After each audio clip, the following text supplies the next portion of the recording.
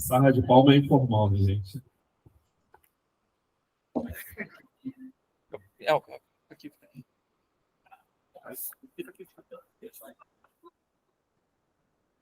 Tudo bem? Posso começar, então?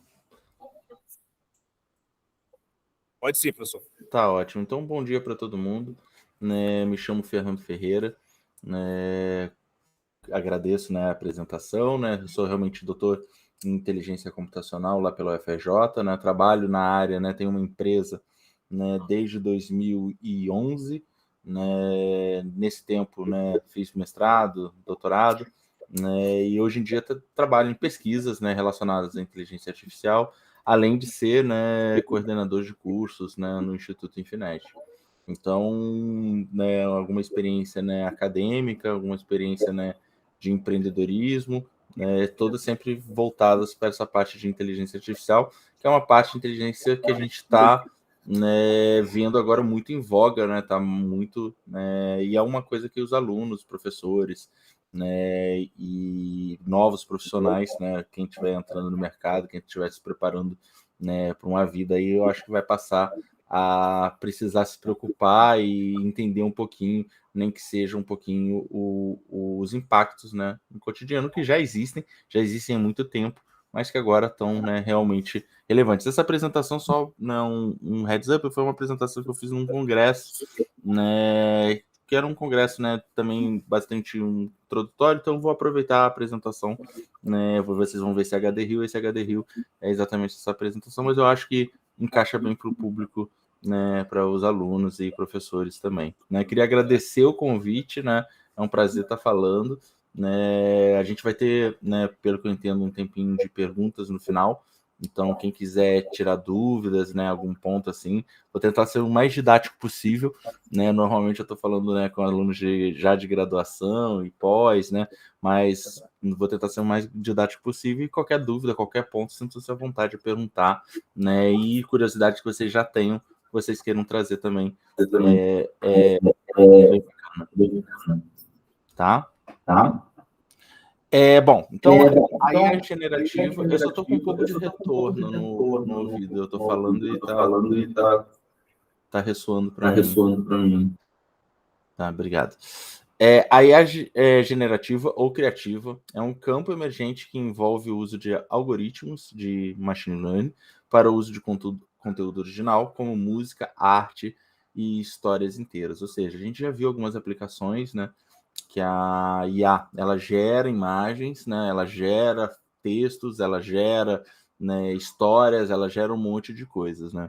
Então, as aplicações potenciais de IA generativa são vastas, porém há riscos significativos associados a essa tecnologia.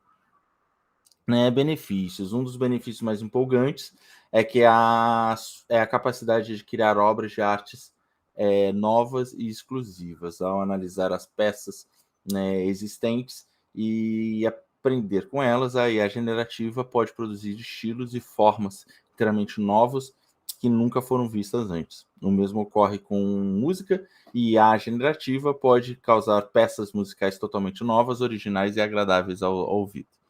Os riscos associados, dos maiores riscos associados é a possibilidade de ela, né, ser usada para criar notícias falsas, informações enganosas, com a capacidade de gerar texto e imagens convincentes. Aí a generativa pode ser usada para espalhar desinformação em grande escala. Outro risco da IA generativa é o potencial uso para criar deepfakes, vídeos ou imagens que parecem reais, mas na verdade são completamente fabricados. Isso pode ter sérias implicações na política, segurança nacional e privacidade pessoal. Ela também pode gerar, né, palestrantes fakes, porque os últimos 3 slides que eu apresentei para vocês foram gerados automaticamente por uma inteligência artificial. Eu entrei num site, né, e esse site ele gerou, né, o slide, o texto e as imagens que vocês estão vendo. Até aqui eu tenho visto, o site é esse aqui, o tome.ape, né, tome.app, né? Então tem um videozinho aqui, né, que mostra, ó, eu escrevo ali, gostaria, em inglês, né, poderia talvez ser português, né, ó, generative, né, AI, riscos e benefícios e riscos. E aí criar a apresentação. Aí ele começa a criação, né, que são exatamente os slides e imagens que eu apresentei para vocês. Então, o que a gente pode, né, desse exercício pensar?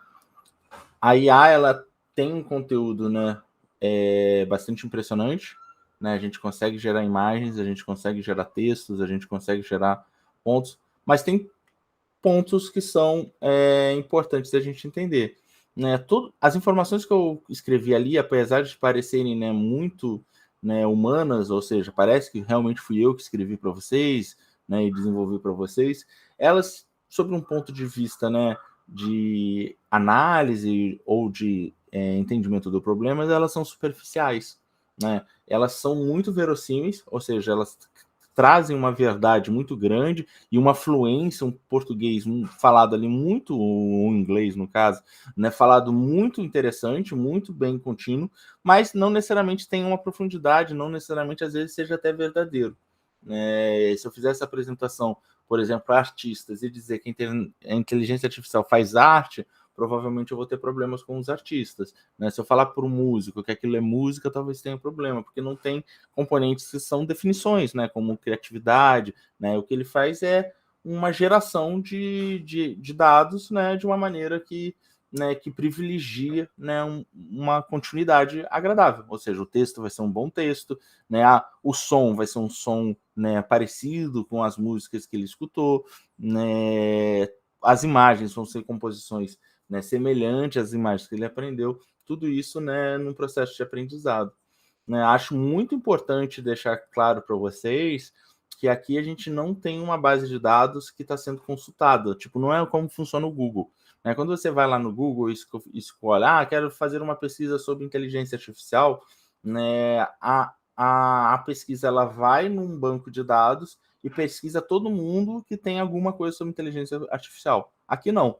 Aqui é um modelo, né? É um algoritmo que gera textos baseado, né, em conhecimento, mas esse texto é como se eu estivesse gerando aqui frases que não necessariamente estejam baseadas, né, num conhecimento realmente prévio ou alguma coisa, né, que seja verdadeira, só que faz muito sentido falando juntos. Então eu posso ter frases inteiras muito legais, mas que na realidade não estão falando nada de verdade. Né? Isso eu acho muito interessante, principalmente quando a gente está falando no contexto da escola, ou, né, dos cursos, enfim, do que vocês fazem, de pensar assim, vou fazer um trabalho como, né, o palestrante fez, a professora pediu um exercício e vou gerar uma apresentação.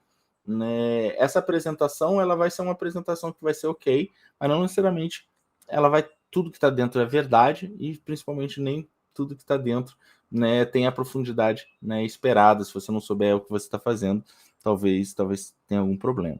Né? Feito esse claim, né, há interesse por inteligência artificial, né, desse tipo generativa que gera conteúdo aumentou muito nesse ano, né? A partir ali do ChatGPT, ele cresceu muito a partir ali de 2023.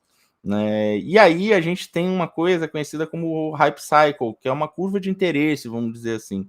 Né? Toda tecnologia ela passa por isso, né?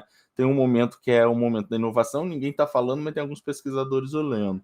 Tem um momento do crescimento, né, que é onde cresce, né, o interesse. Tem o pico, né, que é o hype. Aí, nesse momento, todo mundo acha que aquela tecnologia vai resolver o planeta, né? E depois tem um fosso, né, o fosso da desilusão, né, que é o momento que, ok, a gente entendeu que aquela tecnologia era legal, mas, pô, não resolve todos os problemas que eu pensei, não faz tudo aquilo que eu pensei, né? E aí cai nesse fosso. Depois desse fosso tem a rampa, né, do conhecimento, ou seja, ela não fazia tudo que eu pensava que iria fazer, mas faz um monte de coisa legal. Então eu já conheço esse ponto e aí é onde entra no platô de produtividade. Isso é uma curva feita por uma consultoria estrangeira, né, chamada Gartner, né, e ela tenta mapear todas as tecnologias num grau de maturidade em relação a essa curva. Então aqui, né, tipo, tem alguns pontos, por exemplo, IA generativa, que muita gente confunde com a IA generalista. A IA generalista é a IA que seria capaz de raciocinar, se comportar como um homem. né? Ela não existe ainda, ela é só uma pesquisa, ela só, né? E inclusive deve demorar muito tempo para a gente conseguir. Não vai ser num espaço aí de 10, 20 anos que a gente deve ver isso realmente acontecendo. É diferente da generativa, que já é uma realidade, que já é esse texto, mas é um texto baseado em dados, né? A gente vê outras questões, né? Responsabilidade, ética, são pontos importantes relacionados à inteligência artificial, né? E aí, carros autônomos, né? A gente já tem a tecnologia para fazer carros autônomos, mas se viu a dificuldade, por exemplo, de implementar nas cidades, né? Pelas regras de trânsito, pela interação com os humanos, né? Como que isso, né, vai funcionar? E, tipo, em algum momento ali pensou que todo mundo já estaria dirigindo um carro autônomo, né, em 2023, mas não é bem assim. A implantação é difícil, então tá exatamente no momento do fosso, né? Porém, por exemplo, para transporte de carga pode ser uma coisa bastante interessante, já utilizada em alguns lugares dos Estados Unidos, né? Então, assim, aí vai entrar na rampa de produtividade. Só para dar esse overview, né? Aí tem outros, né, pontos, né? O metaverso está crescendo, né? O Web3, que é um novo padrão de internet também. A gente acabou de passar pelo pico de expectativas em relação a NFT. 2 anos atrás, 1 ano atrás, todo mundo só falava em NFT, que o Neymar comprou NFT que valia não sei quantos milhões, outro, né, artista comprou outra NFT, e agora já não se fala mais tanto em NFT. Então, NFT é aqueles tokens não tangíveis, né? Que imagenzinha do macaquinho lá, que o Bieber comprou, enfim. Então, assim, é isso que a imagem, e a gente agora está exatamente no ponto de pico em relação à IA generativa, né? Mas isso é importante a gente saber, que isso é um desenvolvimento que acontece, né, nos últimos 70, 80 anos, né?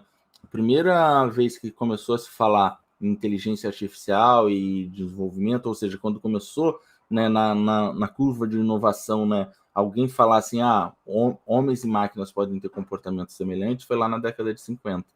Né? Inclusive tem um filme bem bacana, que é Jogo da Imitação, né, que conta a história, né, do Alan Turing, né, que é considerado o pai da computação, né, que fala, né, ele tem um artigo que começa a falar sobre como que computadores, né, poderiam conversar com humanos, né, como que seria essa linguagem única.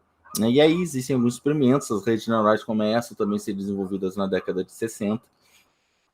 Existe um momento de ato na história, né, entre 60 e 80, que não aconteceu nada nesse sentido, né, isso ficou meio recluso às universidades, mas na década de 80, 85 em diante, né, com, né, a popularização dos computadores, né, pessoais e com, né, os mainframes, ou seja, computadores de grande porte que, né, as empresas e universidades passaram a ter, começou esse desenvolvimento de, né, redes neurais mais pesadas, não profundas, mas mais pesadas, mais interessantes, e alguns modelos de linguagem, né, modelos de texto para processamento mesmo, para poder interpretar aquilo que estava sendo falado.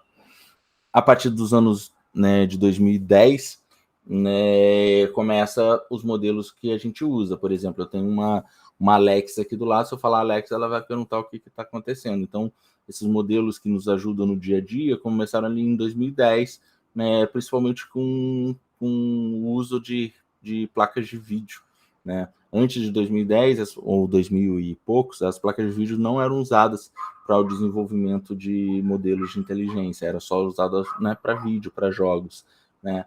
Então foi em algum momento em 2010 ali, 2005, 2010, que chegaram, se a gente usar essa placa aqui, que está aqui obsoleta no computador, que eu não estou usando para nada, né, para fazer processamento de redes neurais, eu vou ter um processador ainda mais poderoso. E aí as redes neurais puderam ficar profundas, elas puderam ficar, né, com várias camadas de profundidade, e isso deu, né, um poder computacional grande para as redes. Elas demandam também muitos dados, né, isso é um outro ponto, né?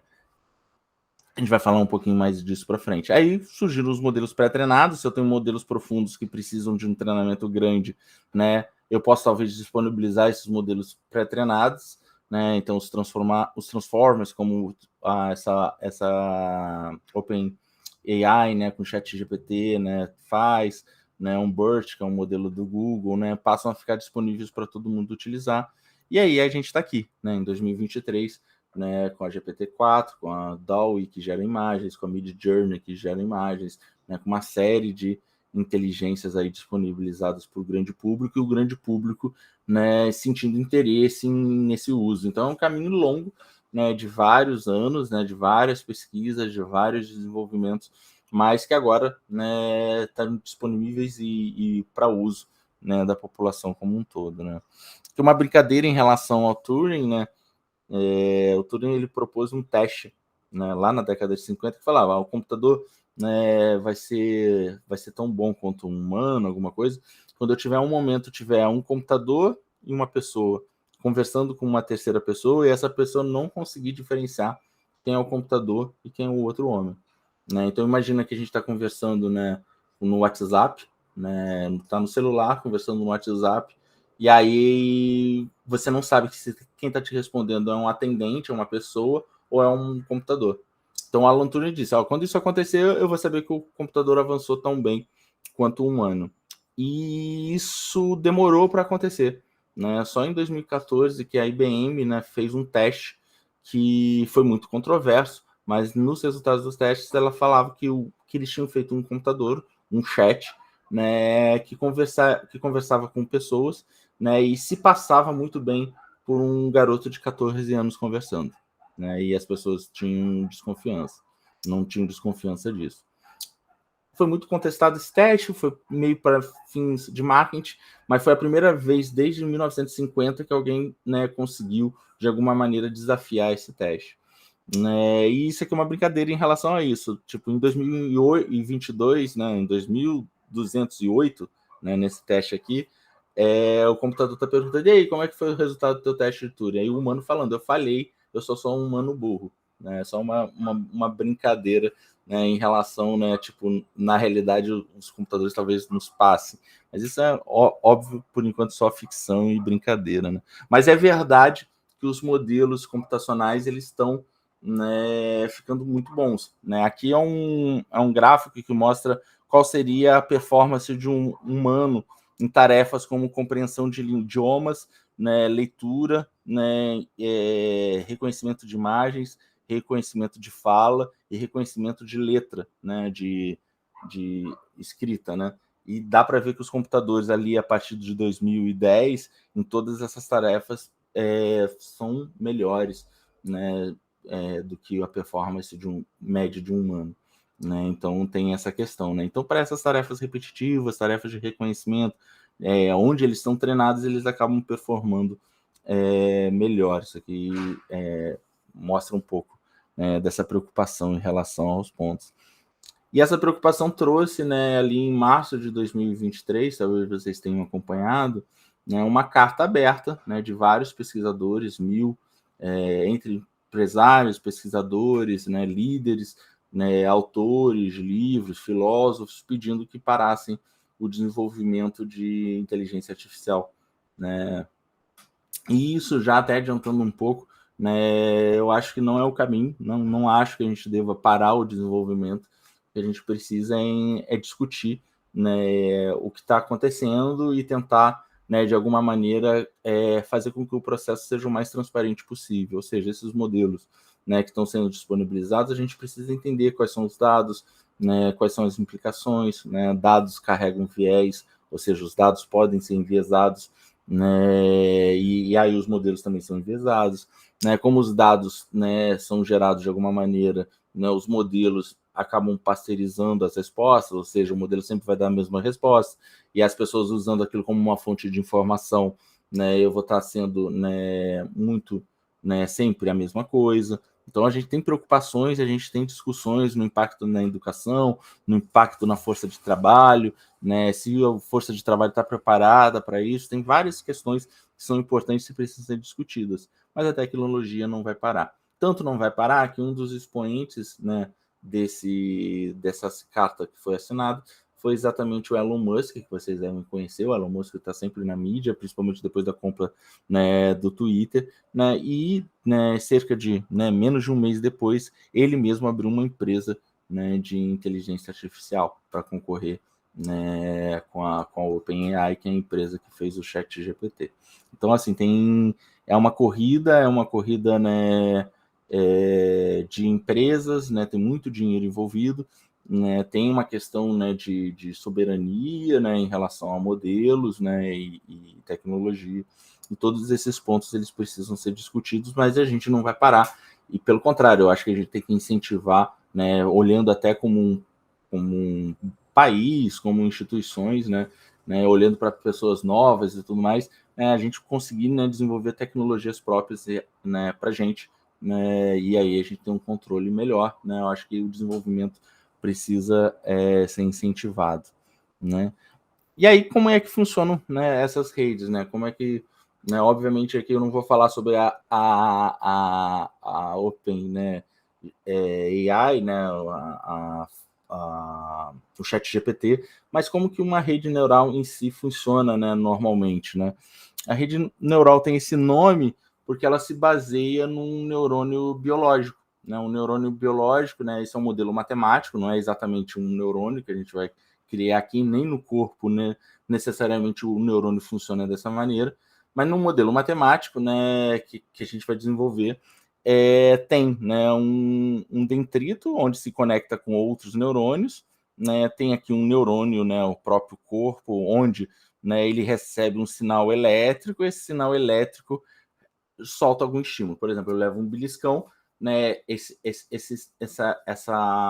estímulo do beliscão ele é propagado até o meu cérebro através de eletricidade, né, e cada um desses neurônios ele modifica aquele sinal de eletricidade de tal maneira que quando chega essa informação no cérebro, eu sei exatamente que é um beliscão, né, que está chegando. É uma percepção de um padrão.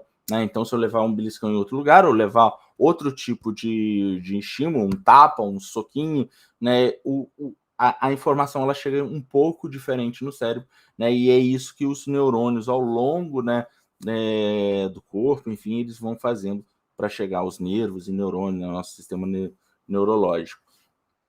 Né, então, o modelo matemático é alguma coisa parecida com isso. Eu vou ter uma entrada, né, eu vou ter aqui um vetor, um sinal, né, um dado, que ele vai entrar e ele vai passar por essas ligações que vão ter pesos, ou seja, é como se o meu sinal elétrico estivesse passando por aqui com uma intensidade, dependendo do lugar que ele está batendo, tem uma intensidade diferente, e aí eu vou ter uma função matemática que vai tratar cada um desses dados de uma maneira diferente. Né? Dependendo da entrada, eu vou ter uma saída diferente, é isso que define para mim uma rede neural. Isso aqui é um neurônio de uma rede neural. Né? Quando eu tiver uma rede neural propriamente dita, eu vou ter diversos neurônios iguais a esse. Então, o somatório de vários neurônios desses nos ajudam a resolver problemas, né, bastante complexos. Então, por exemplo, um exemplo simples aqui, eu tenho 2 pontos, né? Aqui eu tenho um eixo aqui para as aulas de matemática, né? Eu tenho um eixo X, eu tenho outro eixo X aqui. Então, eu tenho um ponto, né, aqui e outro ponto aqui. Como é que eu divido, né? Qual é a maneira mais fácil que eu tenho de dividir esses 2 pontos? Esses 2 pontos eu tenho uma reta, né? Se eu traçar uma reta entre esses 2 pontos, eu tenho uma classe e uma outra classe. Né? Qualquer reta que eu traçar aqui, eu tenho uma região, né? Uma classe e uma outra classe. Né? Essa reta aqui a gente conhece muito bem pela equação, né, da reta. Eu acho que eu não cheguei a botar uma equação da reta aqui. Mas a equação da reta nada mais é que ax mais b, né? Então, assim, eu posso fazer essa equação aqui em função tanto de x1 quanto x2, né? E aí isso aqui ser uma função como a gente vê, né, no colégio, né? Uma função linear, né? E essa função vai ser alguma coisa nesse formato. Eu tenho um peso multiplicando por x, mais um peso multiplicando por x2, o somatório disso, mais um desvio aqui, um bzinho qualquer, né, eu vou ter a saída. Né? Se esse somatório aqui der acima dessa reta, eu tenho que ir a essa classe. Se esse somatório der abaixo dessa reta, eu tenho que ir a uma outra classe. Então, um neurônio, né, ele é capaz, um neurônio, né, matematicamente falando, né, com uma função que é só um somatório, né, lembra que eu falei que tinha uma função, né, se eu tiver aqui ser só uma soma, né, só fazer uma soma em vez de qualquer outra coisa, né, eu já consigo resolver um problema que seja linearmente separado, ou seja, eu tenho um ponto A, um ponto B, eu quero dividir esses problemas. Se eu tiver um problema um pouco mais complexo, né? Se eu tiver, por exemplo, áreas diferentes, o que eu vou fazer é somar diferentes neurônios, né? Eu vou botar neurônios diferentes no meu problema para transformar aquele meu problema que era mais complicado num problema mais simples, e aí sim eu poder separar com um neurônio único. Então, as camadas diferentes que eu tenho numa rede neural, elas são, né, um somatório. Uma camada ela é composta por vários neurônios que tentam pegar um problema complicado e ir fazendo transformações que deixam o meu problema mais simples.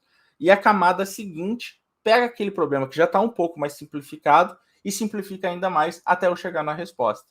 Então, quando a gente está falando de uma rede neural, né, profunda, quando tem 1000 camadas, 500 camadas, o que a gente está fazendo é cada uma dessas camadas vai processando a informação de tal maneira que camada a camada ela vai ficando um pouco mais fácil, né? E aí eu consigo resolver. Quando a gente está falando do ChatGPT, o que ele faz? Ele pega as últimas palavras que foram utilizadas e tenta gerar a próxima palavra que vai ser falada num texto.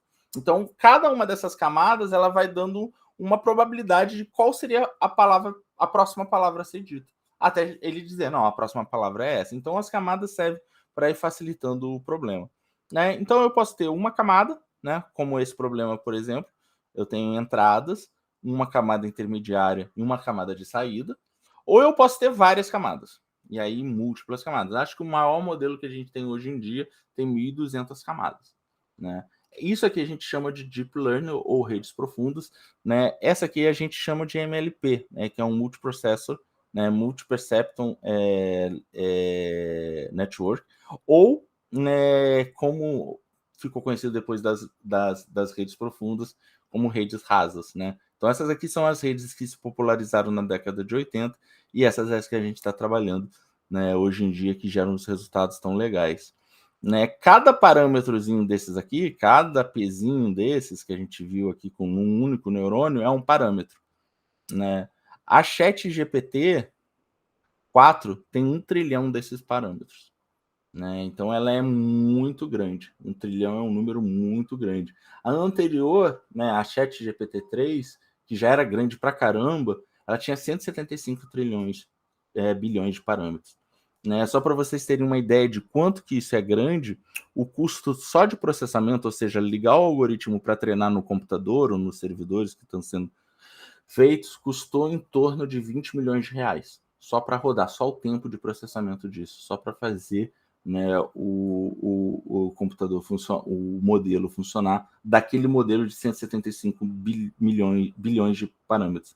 A gente não tem essa informação em relação ao GPT-4, porque ele não é mais open source. Até o GPT-3, isso é um trava-língua, né? O GPT-3, ele era, né, ele era aberto, agora ele é fechado, então a gente não tem essas informações. Mas a gente pode imaginar, e se fizer uma regra de 3, né, que esse processamento deu uma aumentada. A regra de 3 não funciona necessariamente porque também se passaram alguns anos, né? E todo ano a gente ganha, né, em processamento, então fica um pouco mais barato fazer o mesmo processamento, né, agora com tecnologia mais nova do que, por exemplo, 5, 6 anos atrás, né? Então não dá para fazer exatamente uma regra de 3, dizer que aumentou 5 vezes, mas certamente teve um aumento aí de custo, né? E o volume de dados para usar também impressiona, né? Para o desenvolvimento, né, da GPT-3, foram usados 410 bilhões de frases, né, vindas da internet, né, que são de crawlers. Os crawlers é eu baixar páginas da internet, né? 77 bilhões de frases vindas de livros e 3 bilhões de frases extraídas da Wikipedia.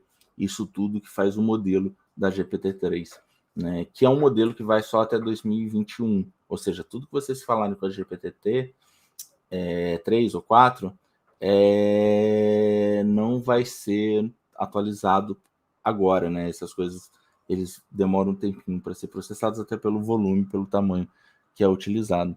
Um ponto que é um ponto de preocupação aí para os próximos anos é que, como esse processamento ele é muito pesado, demanda muita energia, né, os servidores, né, para serem alimentados, eles também emitem muito carbono, né? Então, a poluição gerada pelos modelos é muito grande.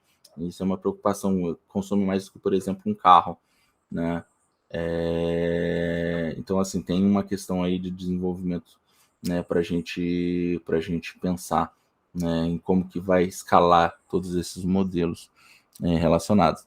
Bom, algumas aplicações, né? Eu posso formatar conteúdo, né? Eu posso escrever, pedir para ela escrever, né, conhecimentos que a gente tem e com isso desenvolver emendas, por exemplo, aqui, né, lá nos cursos, né, que eu sou coordenador, a gente dá instruções, né, para os alunos, né? Eu poderia dizer, né, para o ChatGPT, pô, escreva uma instrução para o aluno ler um capítulo sobre determinado assunto, ele vai escrever a instrução certinha ali, eu leio o capítulo 9, né, do livro tal, da edição tal, até a subseção, para aprender os primeiros conceitos sobre funções em Python. Então, eu não disse exatamente o que ele ia falar, passei o nome do livro, passei o nome do autor, ele nos ajuda a escrever, né, mas vejo que o prompt, né, como a gente chama, né, a ordem que eu estou dando, né, para o chat é bem específica. Fale sobre isso, escreva sobre isso, nesse formato, ele vai obedecer e ele é muito bom para isso. Então, algumas tarefas repetitivas, elas podem ser automatizadas pensando nesses formatos, né? Um projeto que eu estou envolvido, né, o projeto, por exemplo, que é um projeto bastante sério em relação à tuberculose. Eu não sei se vocês sabem, a tuberculose é uma das doenças que mais matam no mundo, né? Era a que mais matava até a Covid, né? Doença infecciosa. Né? No Brasil, a gente tem uma questão pesada em relação à tuberculose, né? E a partir de 2020, a Organização Mundial da Saúde, né, recomendou o uso de algoritmos de computador para ajudar na detecção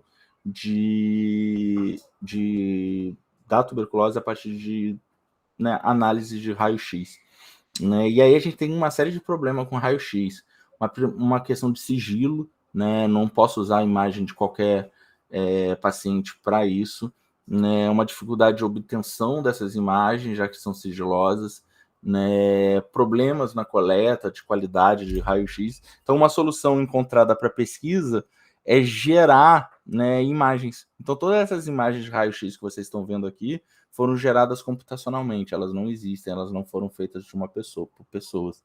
Então, elas pegaram um banco de dados que eram bem menores do que esse, né, e geraram imagens, né, como se fossem imagens, né, médicas, né, verdadeiras. Então, aqui eu não tenho problema de privacidade, a imagem não existe um paciente atrelado, mas ao mesmo tempo eu estou propagando, né, informações e talvez simulando, né, como uma grande simulação, problemas. E aí eu estou aumentando a minha estatística.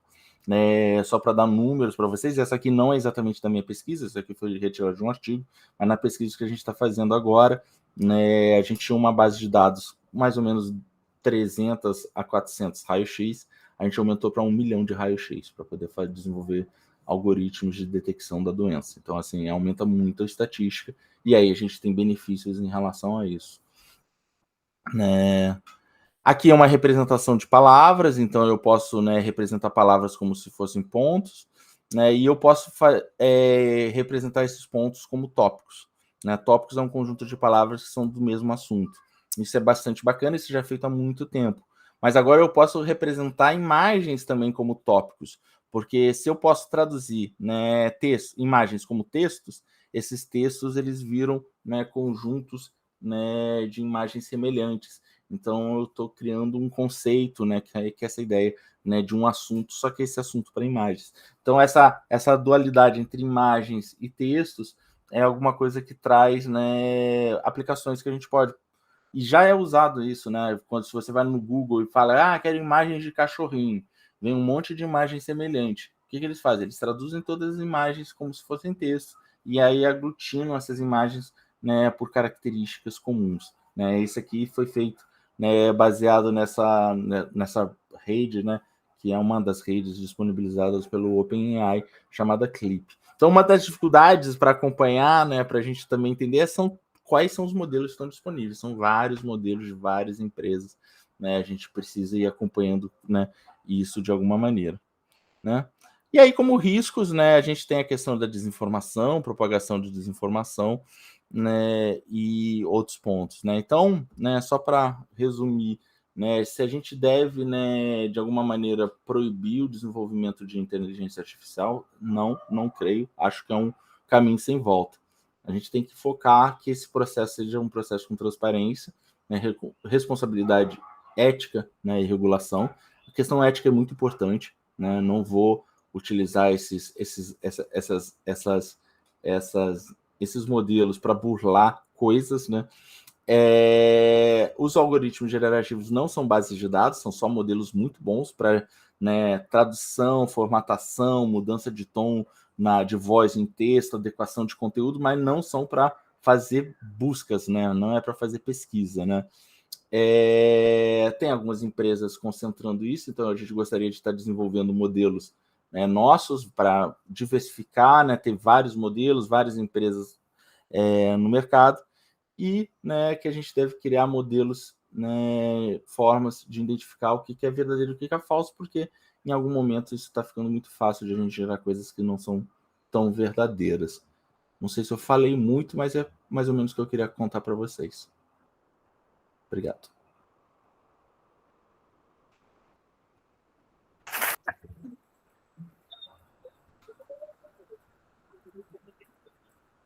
Professor, obrigado aí pela excelente palestra, né, abordando aí as características da inteligência artificial, falando um pouco da sua experiência com projetos e temas, né, bem importantes, né, associados a isso.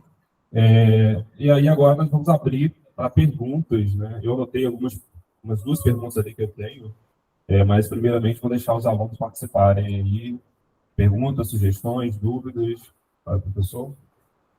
Quem começa? Levanta a mão quem quiser fazer alguma pergunta, por favor. Pergunta? Ninguém, gente? Todo mundo entendeu? Olha, professor, tem que fazer uma prova depois. Faz uma prova. Você gostou de responder matemática lá com vetor, galera que gosta de matemática, que todo mundo nota boa, ficaram animado. Mas então eu vou começar com uma pergunta um pouco mais educacional. Nós estamos aqui com alunos, né, do curso técnico de informática, que provavelmente vão seguir essa área, vão estar desenvolvendo aplicações, e essas são as aplicações que serão aplicações do futuro, utilizando essa tecnologia. E estamos também com alunos de administração, que trabalham com tomada de decisões, né? E no final você fala um pouco, né, dessa questão de mão de obra, né? Então, se você fosse dar o caminho das pedras ou algumas sugestões de estudos, né, de tecnologias ou de técnicas, tanto para esses alunos da área de computação quanto alunos da área de administração, qual seria a sua sugestão aí de temas ou tópicos a serem estudados para que eles possam aí estar ingressando no mercado de trabalho utilizando essas tecnologias ou não ficarem obsoletos, né, frente a essa tecnologia? Acho que um ponto principal é entender que eu acredito muito que todas as profissões serão afetadas de alguma maneira, né? E terão principalmente aqueles que são processos repetitivos, né? Atividades cotidianas, né? De alguma maneira bem, né, afetadas, né, pela inteligência artificial, né? Então aqueles que se propõem a desenvolver, né, fazer o caminho da lógica, né? Assim, de fazer, né, tentar, né, aprender como que se desenvolve esses algoritmos, aprender, né, ali rede neural e aí desenvolvendo cada um desses modelos. Para quem quer, né, entender as aplicações, aí precisa estar atento, né, como que cada uma desses diferentes sites, essas diferentes empresas estão propondo para melhora. Por exemplo, né, essa semana a Adobe Photoshop, né, integrou, né, a sua ferramenta famosa Photoshop, a possibilidade de você dar diretivas do que você quer fazer com a imagem. Isso muda completamente o trabalho, né, do fotógrafo, do editor de imagem, né? Isso agora, né, ele precisa entender, né, como que se comporta aquele modelo, mesmo que ele não entenda o modelo propriamente dito, mas ele tem que entender qual é o viés que aquele modelo tem ao criar imagens, porque senão ele vai sempre criar a mesma coisa, né? Então, precisa entender um pouquinho desses aspectos. Ah, não, toda vez que eu tenho praia, ele me responde desse jeito, ou seja, tem que ter uma crítica analítica, né, mesmo que não saiba, que seja intuitiva em relação a isso, né, do que está sendo feito. Ao administrador, ao quem está tomando decisão, ao quem está aprendendo alguma coisa, e aí eu acho que é para todas as profissões, mas o administrador, pensando no que está tomando a decisão, é saber que todas essas áreas elas são muito transdisciplinares, então a gente tem que escutar muitas pessoas, a gente tem que falar com o especialista do dado, a gente tem que falar do especialista da aplicação para poder tomar uma decisão embasada, né? E aí, né, entendendo, não precisa entender o modelo propriamente dito, mas entendendo quais são, né, quais são as características, né, que levaram aquele insight, né, aquela ideia, né, para poder aplicar da melhor maneira possível. Então, eu acho que a gente tem que estar atento às notícias, né, tem que estar acompanhando, ler sempre muito, né, saber que o chat GPT não vai ter a resposta, ou seja, o que eu preciso estudar sobre o chat GPT para aprender sobre o chat GPT, ele não vai falar, ele vai falar alguma coisa, mas vai ser alguma coisa rasa, acho que a gente tem que estar sempre lendo, estudando, né, e sempre se aprimorando.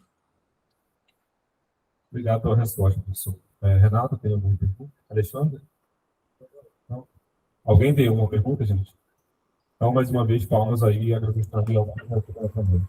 Muito obrigado pelo convite e estou à disposição aí, quem tiver algum interesse, alguma coisa, quiser ver, né, alguma aplicação, conhecer algum programa, né, em relação à empresa, em relação, talvez lá no Instituto Infinet, só entrar em contato e eu estou à disposição, tá bom?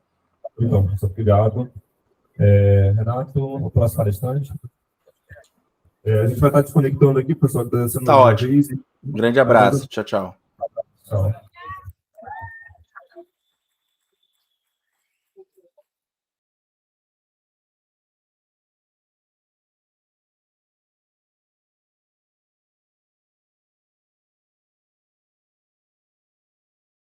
Ok.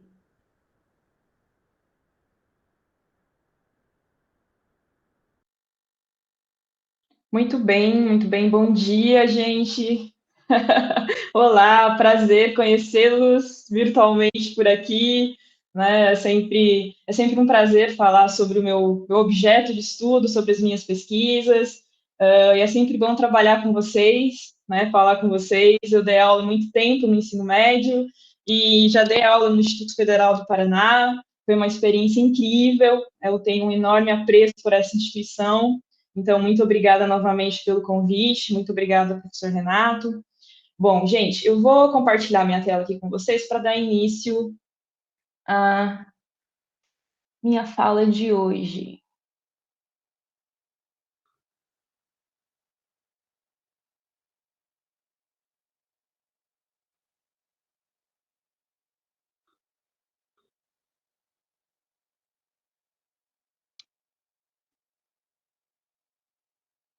Vocês estão visualizando o título?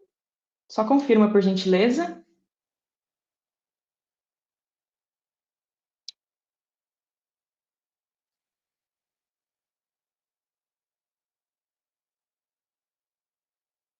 Tá tudo certo aí, gente? Alguém pode me confirmar? Está projetando certinho, transmitindo?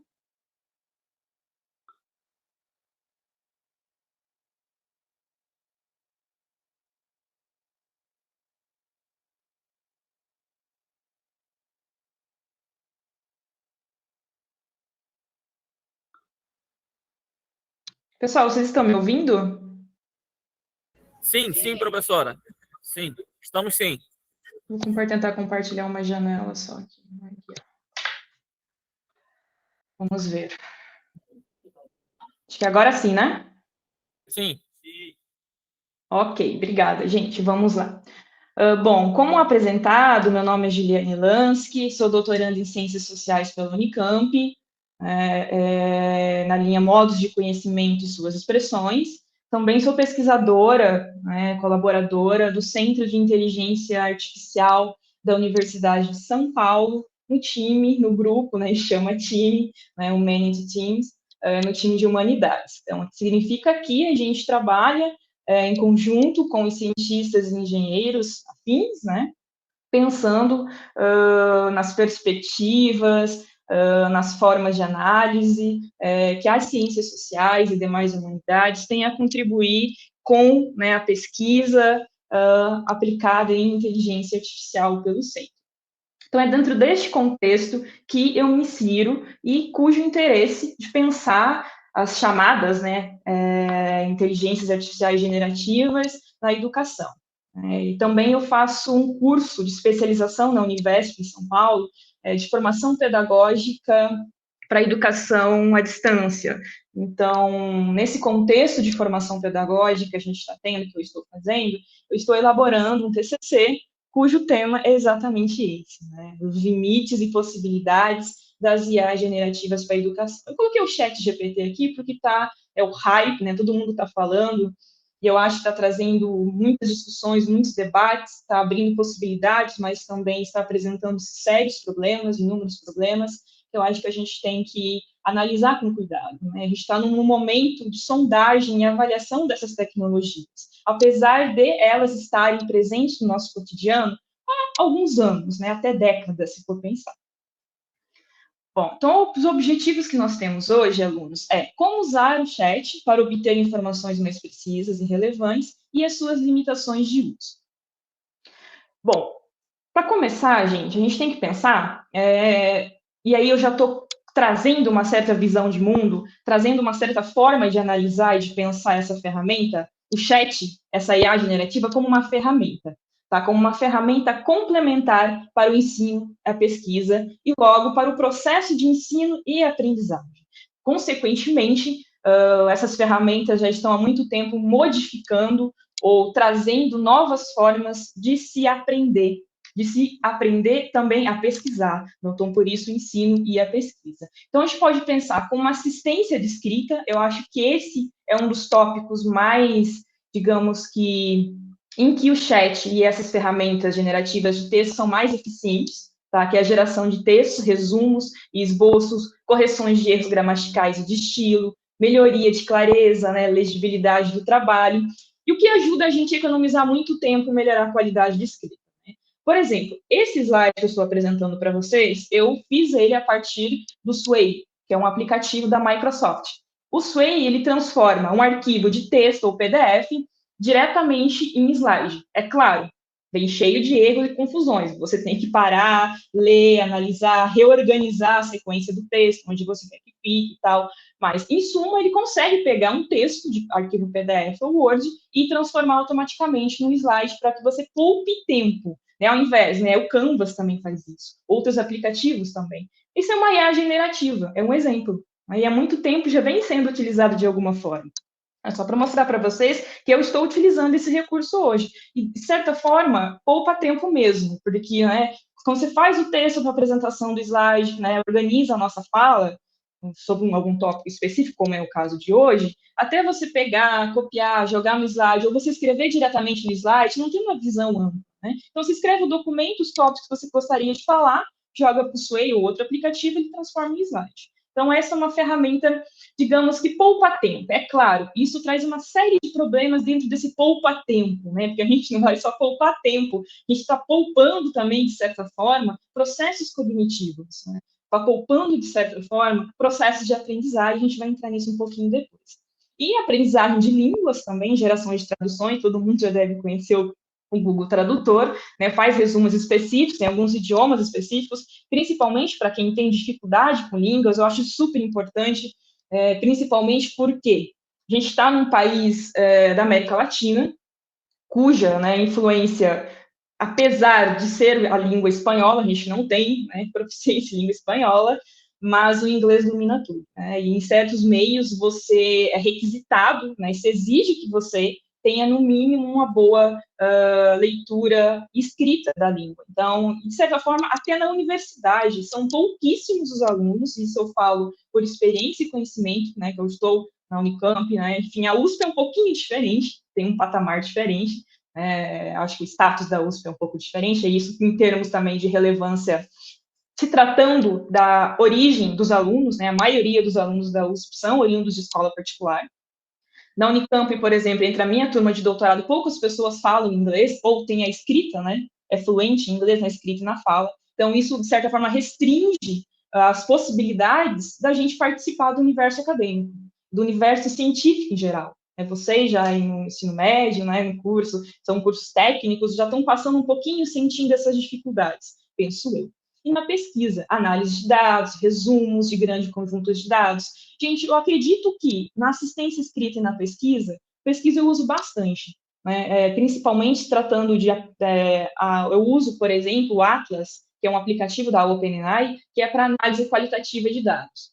Eu utilizo busca de artigos, no momento que eu busco os artigos por tema, palavras-chave, esses artigos, eles conseguem buscar outros artigos relacionados e trazer, por exemplo, um gráfico visual de como esses artigos estão relacionados. Depois eu posso passar para vocês os links no final. Até organizei uma listinha ali, tá? Então, assim, essas são as 3 principais formas. É claro, pode servir para computação, para biologia, para matemática, só que, pelas experiências que eu tive com pessoas dessas áreas que utilizaram, é uma ferramenta ainda, principalmente na versão gratuita, né, porque o chat tem a versão o GPT 3.5 e o 4, né, o 4 é o pago, que tem mais plugins, tem mais ferramentas, mas principalmente no que é acessível, né, que não é pago, é gratuito, tem sérios problemas, por exemplo, em argumentação de lógica, cálculo, né? O pessoal da ciência da computação na USP vem testando essas ferramentas também,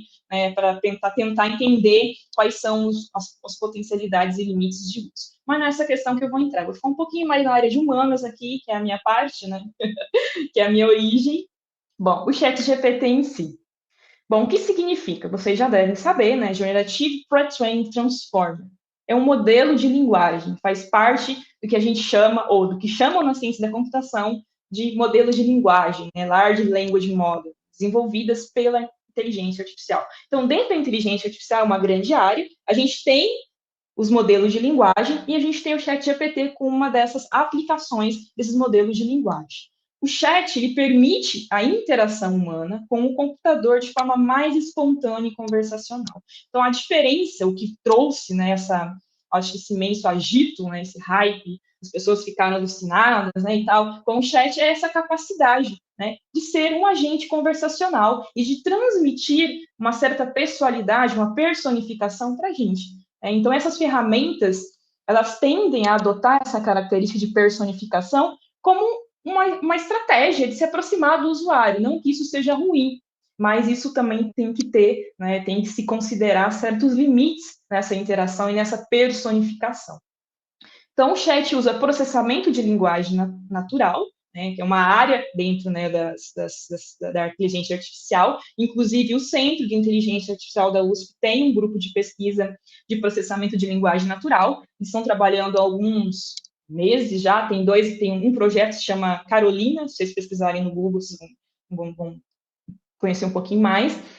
Porque o que acontece, gente? O chat ele foi treinado na língua inglesa, não na portuguesa brasileira. Então, um dos maiores desafios que a gente tem, ou que os países que não são anglo-saxões têm, é desenvolver, né, poder ou infraestrutura computacional capaz de fazer esse processamento de linguagem natural na língua portuguesa para aperfeiçoar tais ferramentas como o chat na nossa língua, que apesar de funcionar relativamente bem, é extremamente limitado. Então, esses dados, as LLMs, né, os LLMs, os modelos de linguagem, são treinados em grandes conjuntos de dados de texto para aprender, né, a prever a próxima palavra em uma frase, através de cálculos de probabilidade. E, a partir disso, geram resultados coerentes e convincentes em resposta a uma pergunta ou declaração.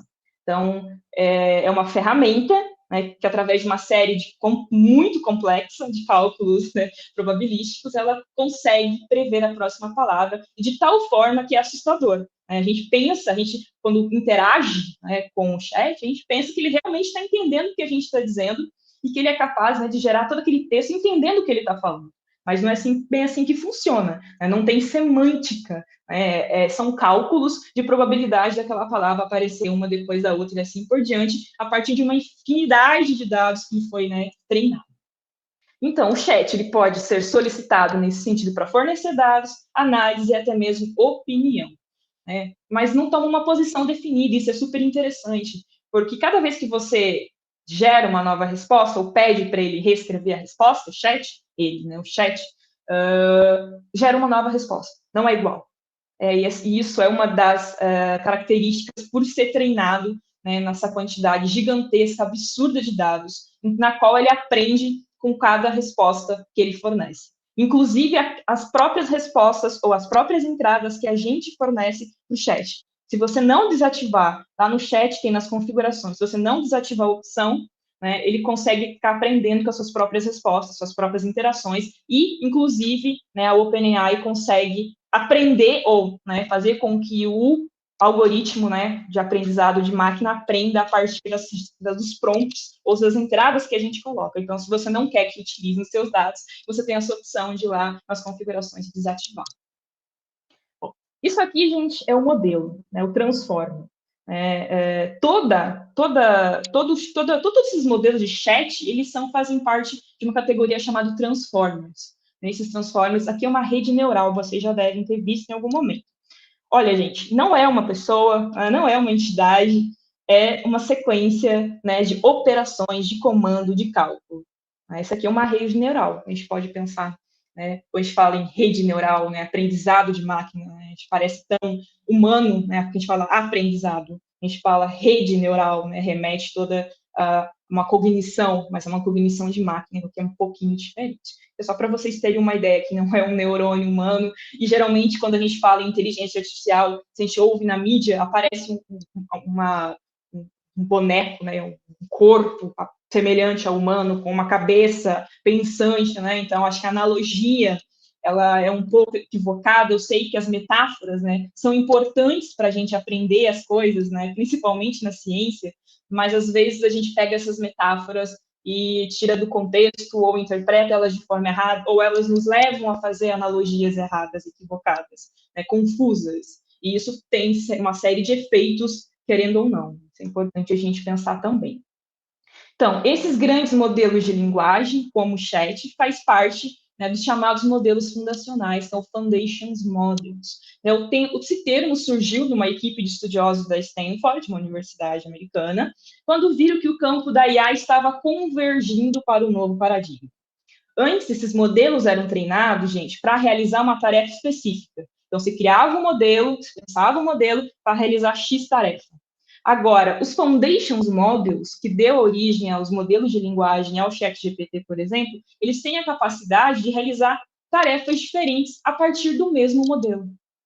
Então, é por isso que, né, a gente chegou... E isso só foi capaz também devido ao crescimento exponencial da infraestrutura computacional, né, de hardware, a gente está falando aqui agora de infraestrutura física, que deu poder, suporte para a base, né, de treinamento disso tudo. Gente, para vocês terem uma ideia, os clusters, ou o sistema, né, a infraestrutura física da OpenAI, poucos lugares do mundo têm.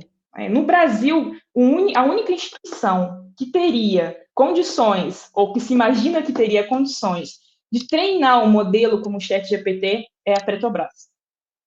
Não tem na universidade. Na USP, se tem, no centro tem, né, um cluster até interessante, mas não chega nem perto, nem, tipo, 0,5% da capacidade de que é necessário do que a OpenAI tem. E isso é caríssimo, custa bilhões de dólares, tá, gente? Então, esse é um dos... depois a gente vai ver um pouquinho mais para frente como isso impacta em países que estão em desenvolvimento, como o caso do Brasil e da América Latina, e como torna, né, essa corrida, né, pela IA aqui extremamente desigual e extremamente problemática do ponto de vista, né, de crescimento dos países, e principalmente, se a gente for pensar, em termos de domínio político, domínio econômico e também domínio intelectual, científico. Então, o chat, né, é um produto de uma área de processamento de linguagem natural que começa lá por volta de 1950, junto com outras áreas de visão computacional, aprendizado de máquina, tomada de decisão e representação e raciocínio. Então, a preocupação atual que se tem em torno disso, do processamento de linguagem natural, é coletar dados e construir modelos de mundo, né, padrões de como as coisas funcionam e que possam ser reproduzidos pelas máquinas para resolver problemas práticos. Então, todo o setor de aplicação e pesquisa em IA está voltado para isso hoje em dia. Então, o GPT é um modelo de linguagem, apesar de remeter à linguagem, é uma função matemática, ou uma série de funções matemáticas, só reafirmando, que calcula a probabilidade da próxima palavra a partir do que já foi dito. Aqui um exemplo, gente. Eu tenho essas referências dos artigos, depois eu vou passar para vocês todinhas, tá? De como funciona mais ou menos essa previsão. Vocês já devem ter visto também, né? The girl and the boy walked home. Uma sentença, she. Aqui está se tratando de gênero. She pode se referir the girl Não, então, ó, tem as setinhas. Quanto mais escura é, mais é a probabilidade daquela palavra ser a próxima palavra do she, dela, né? Ela, no caso. E aí, she, later, Alice came, later, Alice came up to Bob, né? Tem uma sentença na língua inglesa, claro, e a probabilidade da próxima palavra ser aquela. Aqui no he, mesma coisa, ele, né? The, boy, he, later, Bob, ele, o, né? The, doctor, doutor, né? Então, a gente tem, conforme a setinha fica escura, mais escura, né? A corzinha aqui, mais probabilidade. É mais ou menos isso, né? Que o chat faz e outros modelos de linguagem fazem. De uma forma bem simplista, tá, gente? Eu não sou uma cientista da computação, mas, né, a gente tenta aí se aproximar dos cientistas, é isso que eu venho fazendo no CIFOR, tentando conversar com eles, dialogar, trocar figurinhas, né, de como a gente pode compartilhar os nossos conceitos e bases científicas para fazer a coisa crescer, né, de forma melhor. Então, o ChatGPT carece de intenções, objetivos e capacidade de entender causa e efeito. São características da cognição humana. Mas o chat, ele não precisa entender para executar certas tarefas com relativo sucesso, e é isso que vem espantando as pessoas. Por um lado, né, espanta muito quem tem pouco conhecimento de como as ferramentas funcionam, mas, por outro lado, se for pensar em termos técnicos, é um tremendo, né, sucesso o que o ChatGPT alcançou em termos, né, de IA, de inteligência artificial. Então, o chat ele foi treinado principalmente em texto, mas também funciona com outras modalidades. Imagens, gravações de áudio, vídeo. Eu trabalho bastante com imagens, porque, como o professor introduziu, eu faço parte do grupo do laboratório, né, de antropologia, grafia e imagem da Unicamp. E esse laboratório é voltado para experimentações antropológicas, etnográficas, na área das ciências sociais. E trabalha bastante com fotografia, vídeo, e a gente está pensando como essas ferramentas se podem, né, e como podem ser usadas. Aí tem o DALL-E, aí tem o Midjourney, Stable Diffusion, aí tem o Make a Video, né, que é a da Meta, tem a Jukebox, que é de áudio, música da OpenAI também, e o Bard da Google, né, o recente Bard aí, que está dando uma série, né, de comparações. Esse não é o momento. Bom, esses modelos também, então, podem ser usados para criar imagem, textos, ensaios, notícias falsas e enganosas. Então, tem uma questão do fake news aqui envolvida, muito forte, questões de segurança também, privacidade, relacionadas a esses usos que não entram aqui porque não dá tempo da gente discutir, tá, gente? Mas vocês podem, né, pesquisar depois e estar ciente dessas influências. Então, o chat também pode apresentar comportamento indesejável, incluindo viés, preconceitos raciais, de gênero e religiosos. Bom, gente, isso acontece porque os dados de treinamento, óbvio, claramente foram gerados por seres humanos, foram coletados, né, da internet, dizem, né, da internet, de onde exatamente não se sabe, um tanto quanto é obscuro, e esse é um outro problema que a gente tem a enfrentar, porque a gente não sabe quais são as fontes referenciadas, aí entra uma questão de privacidade, de plágio, de propriedade intelectual, enfim, tudo vem trazendo uma enorme discussão também na mídia.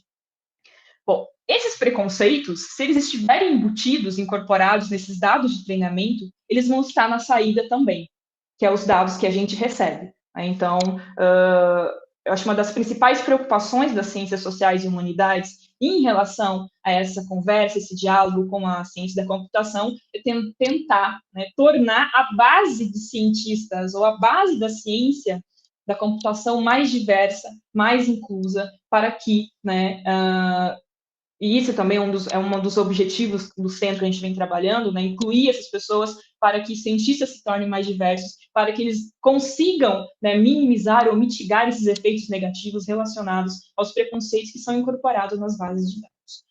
E, reafirmando, não foi feito na língua portuguesa.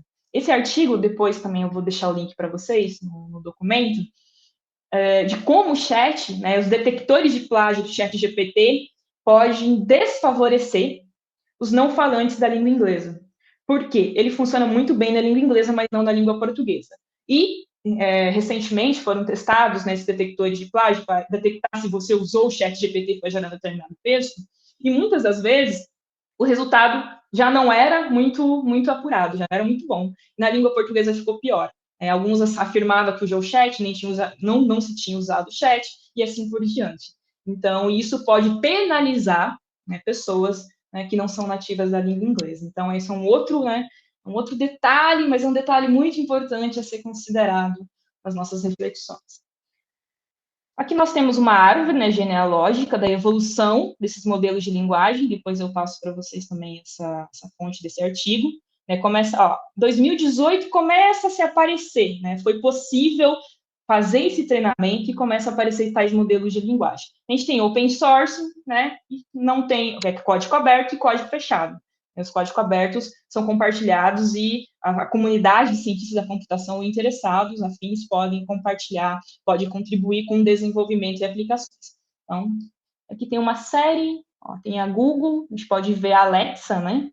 A Alexa já está há um bom tempo no mercado, que é uma dessas aplicações, né? Quem não conhece a Alexa ainda, eu tenho pavor dessa maquininha. Tem amigos meus que têm em casa, nossa, eu chego a me dar um ruim, assim, de olhar, porque é como se tivesse esse agente dentro da sua casa e que você está autorizando da Amazon recolher esses dados, todos os dados pessoais, íntimos, privados, de certa forma, para treinamento, gente. Eu acho isso um tanto quanto absurdo, mas tem pessoas que gostam, tudo bem, e tem aplicações muito interessantes, por exemplo, para ajudar, auxiliar idosos, pessoas com determinados tipos de doença, né? Então, a gente tem que sempre fazer essa, digamos, relativizar, né? Tentar entender no que é bom, no que é ruim, no que é benéfico, no que não é, no que pode ajudar, no que não pode ajudar, para sempre estar tentando pensar como essas aplicações serão feitas e para mitigar esses efeitos negativos, né, ou nocivos para a sociedade.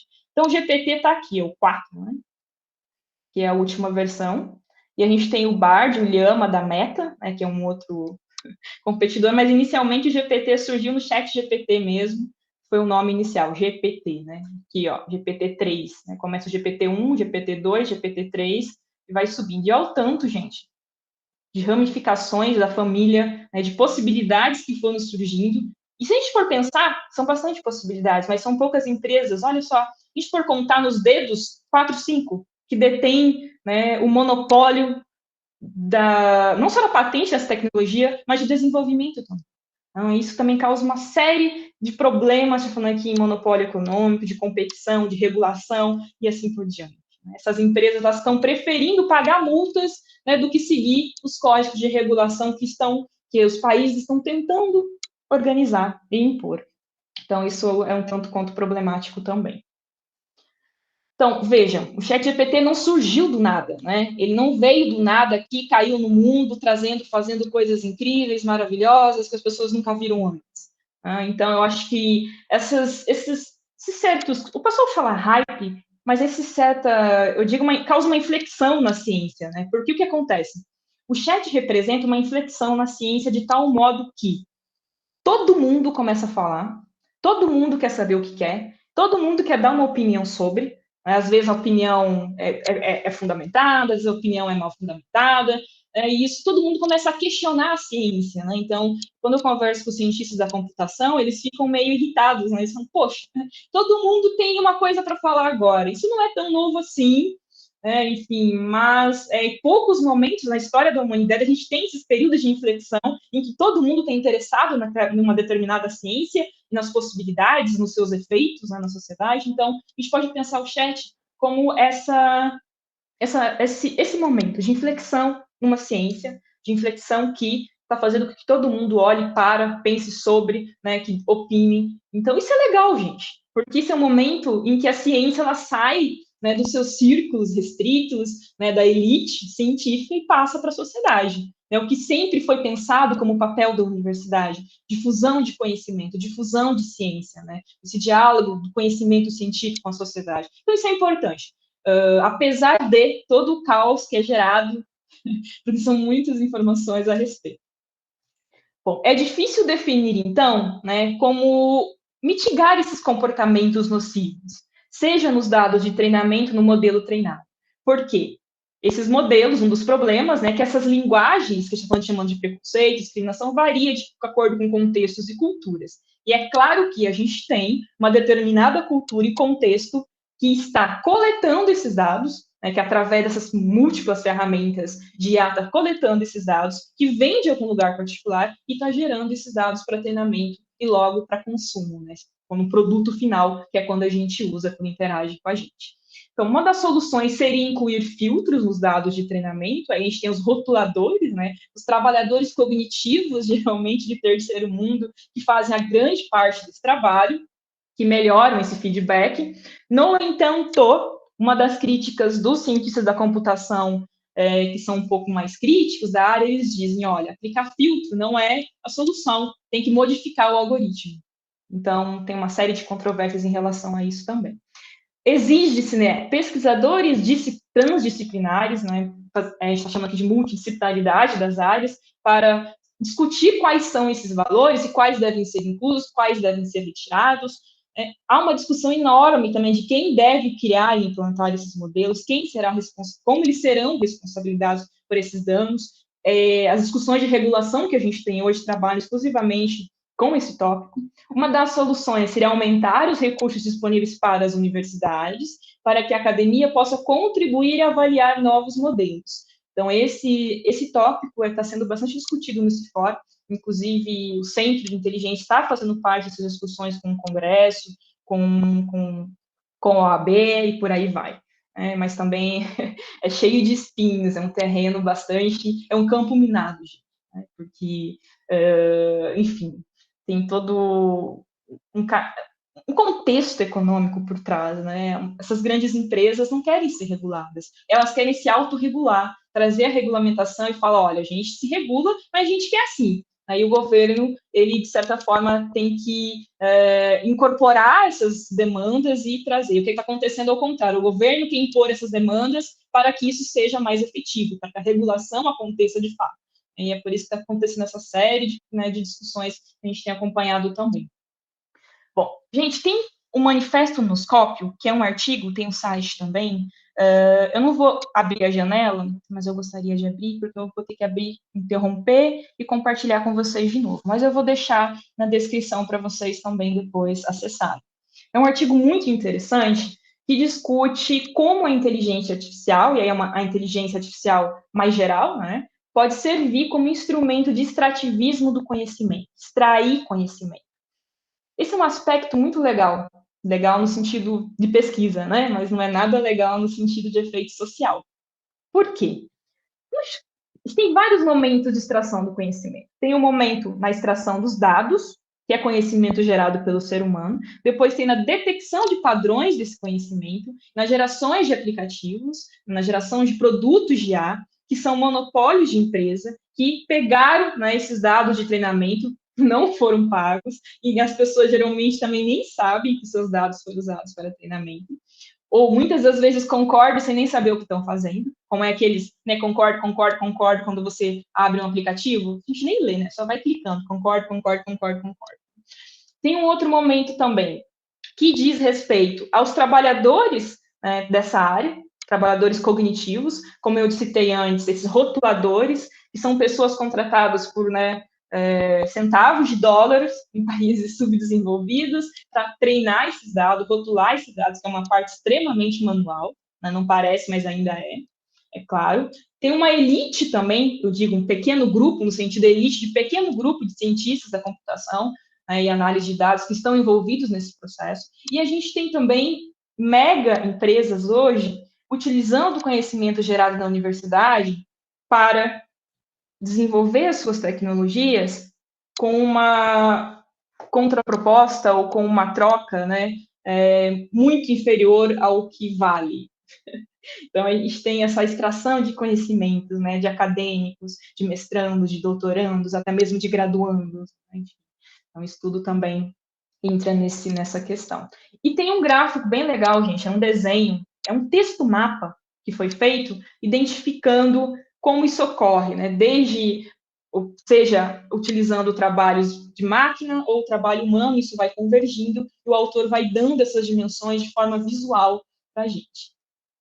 Um outro também texto do mesmo modo é a anatomia de um sistema de inteligência artificial, é baseado na Alexa, na caixinha da Alexa, lá na IA da Alexa, e os autores, eles apresentam um mapa também visual dos processos que ocorreram para que a Alexa pudesse existir, ou para que a coisa, né, o sistema IA da Alexa pudesse existir. Desde a extração de recursos materiais, que a gente geralmente não considera esse aspecto, mas tem, né, tem plástico, né, tem petróleo, plástico, tem minerais de terras raras, tem silício, lítio, índio, aí tem uma série de minerais envolvidos que são necessários para compor toda essa tecnologia, seja amparar a infraestrutura, né, principalmente, da tecnologia.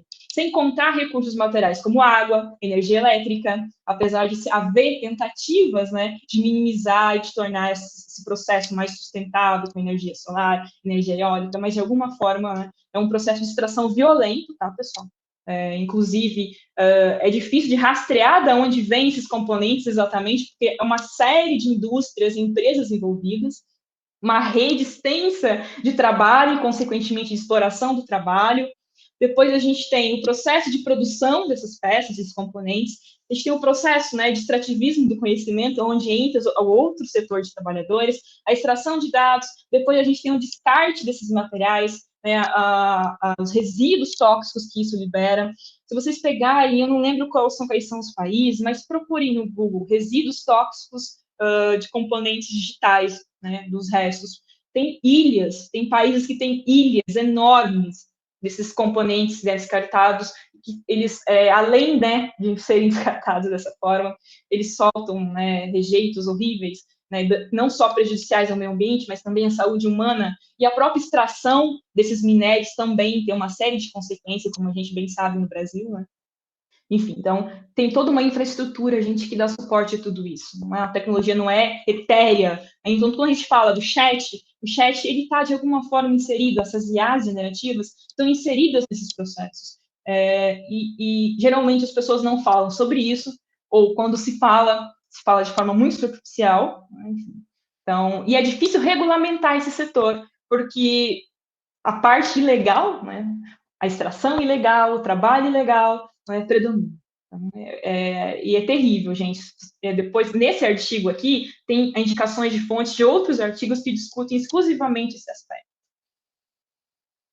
Bom, algumas considerações importantes ao JavaChat. Então, essa foi uma introdução básica aqui. Para produzir um resultado mais relevante, forneça ao chat prompts sobre como você deseja que o chat responda. Por exemplo, diga-me como, adicionar consulta, escreva um ensaio de 4 parágrafos sobre. Gente, todo mundo já testou isso, né? Inclusive eu várias vezes. Aí depois a gente vai entrar nas questões éticas, né, de plágio, se a instituição aprova ou não, o que a gente deve fazer sobre isso. Se a consulta não produzir o resultado pretendido, tente alterar os prompts e execute a consulta novamente. Os dados usados para treinar o chat vão até 2021, tá, gente? A última informação que a OpenAI lançou foi que os dados foram até 2021. Então, informações recentes não tem. Isso significa que o chat não tem reconhecimento sobre nada que aconteceu ou foi criado desde 2021. Apesar de haver ferramentas de detecção de plágio, não há uma maneira efetiva de como verificar as informações de confiabilidade. Elas podem dizer que foi produzido pelo chat, pode não ser. Então, a acurácia ainda é muito ruim, é muito baixa, né, para isso. Então, esse é um dos principais problemas que as instituições educacionais estão tendo hoje nessa discussão. Por quê? Apesar de, né, as diretrizes serem que os alunos têm que ter uma formação ética sobre essas ferramentas, né, nada garante que eles, de fato, vão utilizá-las, né, de forma ética. Bom, os usos potenciais do chat e outros modelos de linguagem são amplos, mas não substituem a experiência humana. Podem ser usados como ferramentas para aumentar e aprimorar processos e fluxos de trabalho, porém, não devem ser usados para tomar decisões críticas sem a supervisão humana. Então, esse aqui, digamos que é um princípio fundamental que a gente deve ter em mente, sempre algo, seja para usar ou seja para desenvolver aplicações envolvendo esse tipo de IA. Então, como o chat pode ser usado no ensino e pesquisa? Gente, eu falo ensino e pesquisa aqui, mas está incluindo todo o processo de ensino-aprendizado. Não só os alunos, mas também os professores e a gestão escolar. Para redação, treinamento para entender e classificar redações, fornecendo uma maneira eficiente para avaliar a escrita, e é claro, isso na língua inglesa, novamente, né, gente, na língua portuguesa isso é extremamente falho, né, porque não foi treinado na língua portuguesa. Então, quando a gente está falando aqui da língua portuguesa, tem uma série de cuidados. Quando você tem um pouco mais de sensibilidade, ou você é especializado mais no determinado tópico ou assunto que você pede que o chat interaja com você, isso é visível. Você consegue detectar facilmente, principalmente em relação a fontes. Você pode pedir, me indique fontes para tais tópicos, IA generativa na educação. Vai vir uma série de tópicos e de links ou referências. Aí você pede, me confirme tal link, tal referência. O chat não confirma porque ele fala que não pode ter acesso a informações pessoais. Mas ele indicou as fontes. De onde veio, não se sabe. Aí se pergunta, mas como você indicou a fonte se você não pode ter acesso à informação pessoal? Ele fala, essa fonte surgiu de uma série de padrões que foram reconhecidos, né, no meu banco de dados, blá, blá, blá, blá, blá. Então, geralmente essas fontes, a grande maioria delas são inventadas. Elas sequer existem ou são confundidas, né? Elas são misturadas com outras fontes, troca o nome do autor, troca ano, troca se é revista, se é jornal, se é artigo científico, se é artigo acadêmico, enfim. Então, tem uma série de problemas. Então, toda vez que a gente usar, a gente tem que estar ciente disso, né? E até quando o uso for gratuito, né? Porque eu acredito que logo, logo, logo, porque o custo de manutenção, né, de manter o chat funcionando é altíssimo. Então, logo, eu acho que nem o GPT 3.5 vai estar disponível gratuitamente. Essa é a tendência do mercado. Tutoria personalizada. Isso tudo já vem sendo feito, gente, para universidades, algumas instituições escolares também, adaptando essas ferramentas, e muitas empresas já estão vendendo pacotes. Eu vi esses dias uma empresa americana que está vendendo, como é que é o nome? Inimigo? Eu não lembro perfeitamente o nome, mas é uma aplicação, né, uma variante dessas IAs, que atende os alunos em casa. Então, o aluno está fazendo tarefa em casa, o professor interage com ele através dessa plataforma, e essa plataforma tem um chat, tem uma IAzinha ali, que ajuda o aluno em todas as suas tarefas. É uma tutoria personalizada. Já estão vendendo isso, gente. Então, isso já é real. Né? Então, não é só uma possibilidade que a gente tem de uso nosso, né, de curiosidade, enfim, de tentativa de usar, ainda por mais falho que seja. Está se tornando uma realidade. Então, está se tornando uma espécie de tutor. Apesar de que, né, eu vendo a fala, tem uma série de prós e contras. Né? Exige muita pesquisa e avaliação, né, sobre como isso pode ser usado. Não auxilia a pesquisa, encontrar literatura relevante. Eu uso bastante isso, gente, mas em aplicativos direcionados a artigos científicos, por exemplo. Geralmente eu não pergunto pro chat GPT. Eu utilizo uma série de ferramentas que são derivadas desses sistemas de linguagem que me ajudam de uma forma mais pontual, enfim, são mais interessantes. Eu, particularmente, eu também não gosto dessa personificação do chat. Oi, você pode me ajudar? Bom dia, olá, né, você. Eu evito usar esses termos, porque eu acho um tanto quanto problemático, equivocado. Na assistência em sala de aula, ajuda na criação de planos de aulas para os professores, apresentações e outros materiais. Gente, e são ferramentas extremamente falhas, mesmo na língua portuguesa. Por quê? Vocês vão ver, é um texto muito miserável que fornece sobre o assunto. Então, mesmo que vocês usem para trazer insights, ideias sobre um determinado contexto, vocês vão ver que vocês vão ler e falar, poxa, né? Tá bem escrito, tá bonito. Claro que tá bem escrito. Né? O padrão, né, de linguagem formal dele é muito bom. E aí é especificamente esse aspecto, né, que é convincente, que é persuasivo. Escreve bem, mas escrever bem não significa que tem conteúdo, que é correto, que a informação é certa. Né? Então, isso também é um outro aspecto que a gente tem que considerar na hora de usar essas ferramentas. E sempre tentar checar as fontes, né? Vai lá no Google. E, inclusive, bastaria que a gente fosse no Google e fizesse o mesmo tipo de pesquisa, ia jogar os links, o site, a gente ia entrar em cada site, pelo menos a gente iria saber de onde exatamente a gente está tirando a informação. Uma outra coisa.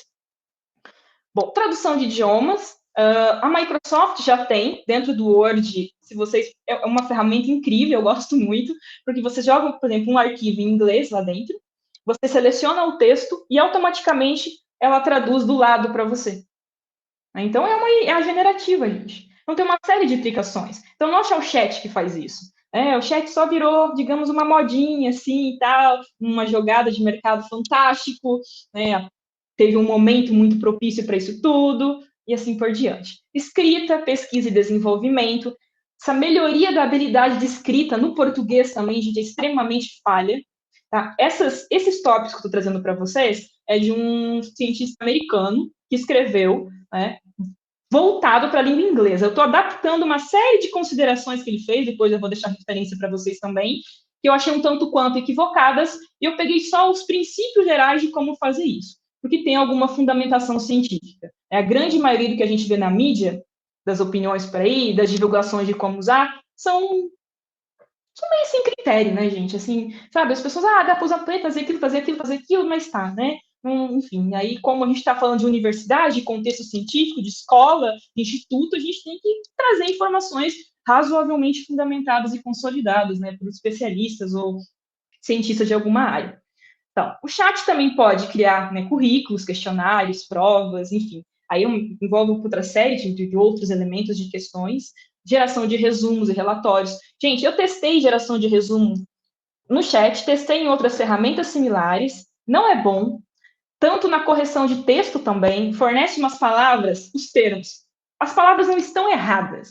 Por exemplo, você insere um determinado texto e pede, edite, corrige esse texto, blá, blá, blá, blá, certinho. O chat vai fazer isso. Só que ele troca umas palavras que, quando você troca, a gente sabe que a semântica, o significado é outro. Altera o sentido daquilo que foi dito no texto original, por exemplo. Então, essa é uma outra coisa que a gente tem que tomar muito cuidado. Tá bem escrito? Tá. Mas qualquer pessoa, minimamente, né, com uma mínima informação, vai ler aquilo e vai falar, poxa, não foi essa pessoa que escreveu. Usa umas palavras muito rebuscadas, altera totalmente o contexto, enfim, é muito problemático, pessoal. Assistência por e-mail, chatbot, resposta automatizada, isso já existe, isso é uma série de instituições, já existe.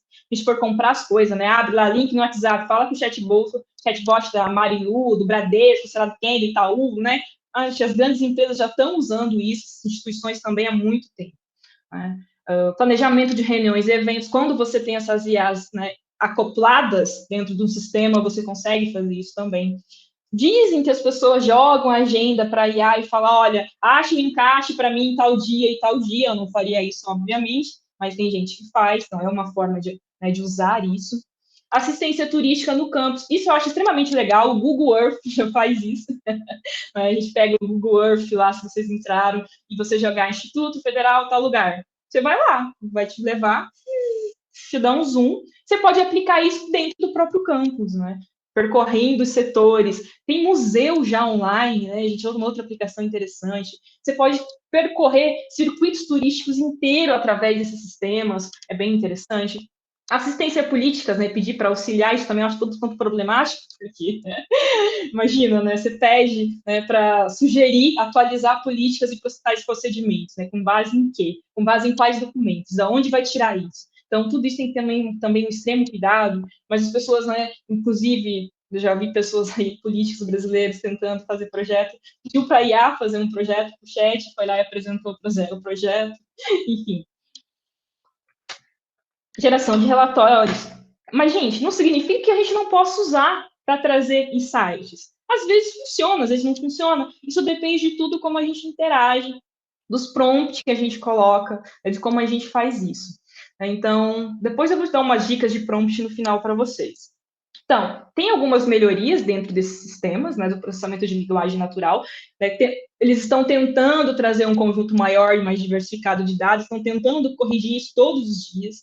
Né, também um aprendizado de máquina, treinamento em arquiteturas mais avançadas, com mais precisão, mais velocidade no processamento de dados, porque isso precisa dessa infraestrutura computacional que eu estava falando, tá? Isso tem um crescimento que eu acredito que seja limitado. Né? As pessoas acham que a IA vai dominar o mundo. Né? Imagina se a IA tiver acesso a todo o conhecimento produzido pela humanidade. Acho um tanto quanto impossível do ponto de vista de extensão e abrangência da capacidade que seria necessária.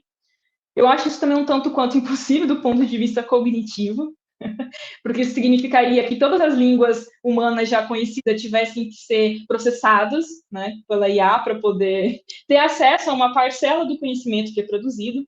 Então, achar que a IA vai dominar tudo é uma grande besteira do ponto de vista técnico, intelectual também.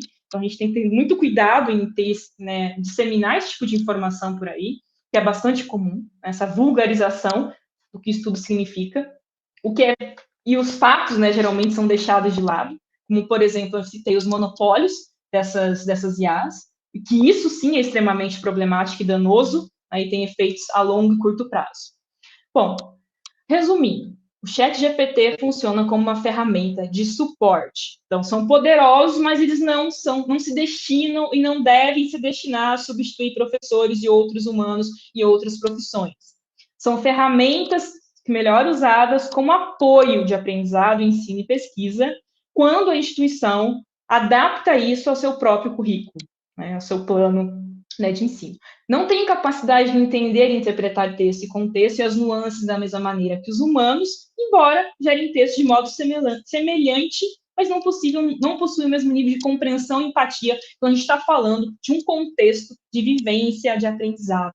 Então, os modelos devem ser usados para complementar em vez de substituir, né, com uma espécie de geração de feedback para determinadas tarefas. Quanto mais essas tarefas forem mais técnicas, melhor, né, a resposta será melhor, e é óbvio na língua inglesa. Bom, dicas de como usar para a gente ir finalizando aqui. Gente, use sempre uma linguagem específica e clara. O chat, assim como outros modelos, não é capaz de ler a nossa mente. Então, tem que ser claro e detalhado. O modelo não é capaz de inferir o contexto ou o significado por trás de solicitações vagas e ambíguas. Então, tem uma série de limitações também. Então, ao invés de a gente perguntar qual é o sentido da vida, né, pergunte quais são algumas perspectivas filosóficas sobre o sentido da vida. É um exemplo. Fornecer contexto. Fornecer contexto para a conversa ou texto pode ajudar a garantir que as respostas do modelo sejam mais precisas e relevantes. Por exemplo, você pode explicar o seu papel, o público, o tom pretendido ou o formato. Tipo, eu sou uma professora, preciso, né, de ajuda para fazer isso, sobre aquilo e tal, etc, etc. Ou eu sou um aluno que estudo isso, estou pesquisando sobre isso, etc, etc. Então, quanto mais contexto você fornecer, né, a resposta será mais razoável. Expanda as respostas, né? Pedir para incentivar o chat, o modelo, a ferramenta a fornecer mais informações. Manter a conversa nos trilhos, também às vezes começa a devagar muito, né? Você começa a perguntar muita coisa, mistura, né? E a coisa vai saindo do controle. Então, você, né, é bom parar, interromper, atualizar a página. Então, em vez, exemplo, né, de simplesmente perguntar, revise este parágrafo, você pode dizer, revise esse parágrafo para incluir mais informações sobre os benefícios do exercício X ou da questão X. E utilizar isso como uma base de insights, em coisas que talvez a gente não tenha pensado. Então, de certa forma, e isso sim, esses modelos de linguagem ampliam o nosso conhecimento, porque esse cruzamento de dados é impossível pela cognição humana. Mas, por outro lado, é extremamente limitado.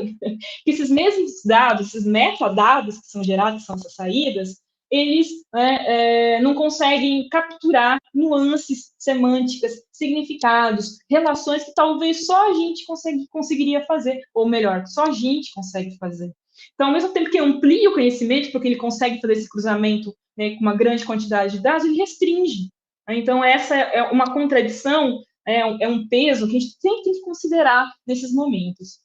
Evitar usar linguagens preconceituosas, por exemplo, ao invés de perguntar quais são os melhores empregos para as mulheres, né? Pergunte quais são algumas escolhas de carreira populares para as pessoas, independente do seu gênero. Percebe, gente? São nuances que o chat não entende, a gente entende, mas ele vai usar isso como, né, um prompt, uma entrada, e vai trazer informações mais precisas para a gente. Ser específico, né, ao invés de perguntar quais são as melhores maneiras de reduzir o estresse, por exemplo, pergunte quais são algumas estratégias baseadas em evidências para gerenciar o estresse. Aí você bota lá e se pergunta, mas tirou essas evidências da onde? Não vai dizer, enfim. Percebe? Como isso é limitado, ao mesmo tempo que ajuda, traz insights, mas é limitado. Defina a conversa com propósito e foco, né? Ajudar a orientar o modelo, a direção certa e garantir que a saída seja relevante. Exemplo. Se você quiser que o chat escreva um texto sobre os benefícios do exercício físico, você pode iniciar a conversa da seguinte forma. Escreva um texto sobre os benefícios do exercício físico. Né? Enfim. Insira apenas informações relevantes relacionadas à conversa ou texto. Né? Evite fazer perguntas pessoais, como você está, né? Enfim. E tem umas coisas interessantes que o chat faz, eu vejo pessoas testando. Por exemplo, Me faça uma música, escreva uma música ou uma poesia para uma pessoa triste, para uma pessoa apaixonada. Você escrever lá, eu estou pensando, sei lá, estou me sentindo mal com a vida, né? Enfim. Isso apesar das pessoas fazerem isso, não é indicado, porque é uma ferramenta, não é uma pessoa. Apesar de se pretender, de trazer, às vezes, informações como procure ajuda psicológica, etc. A gente é uma ferramenta, não é uma pessoa. Então, eu sei que esse é o lado negativo da personificação.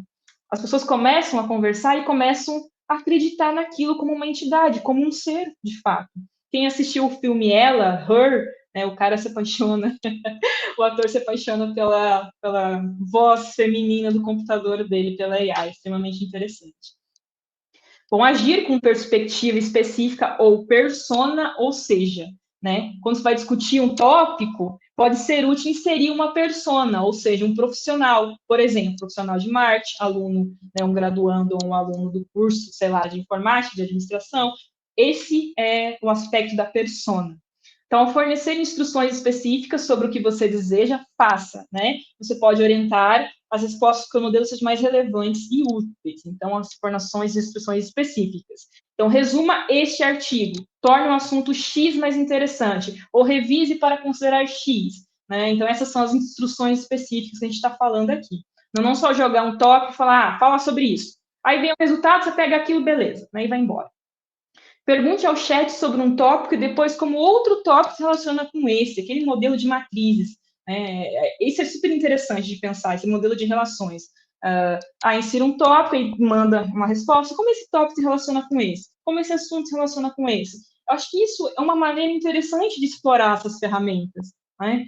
Enfim, se você desenvolve essa habilidade, não é algo que a gente nasce com a gente, essa capacidade de fornecer perguntas certas, precisas, fornecer essas instruções. Então, eu acho que isso tudo exige aprendizado. É isso que a gente está falando, inclusive, em termos educacionais, porque essas ferramentas vão estar aí de alguma forma. Se a instituição vai autorizar ou não usar, os alunos, de certa forma, vão usar, as pessoas vão usar.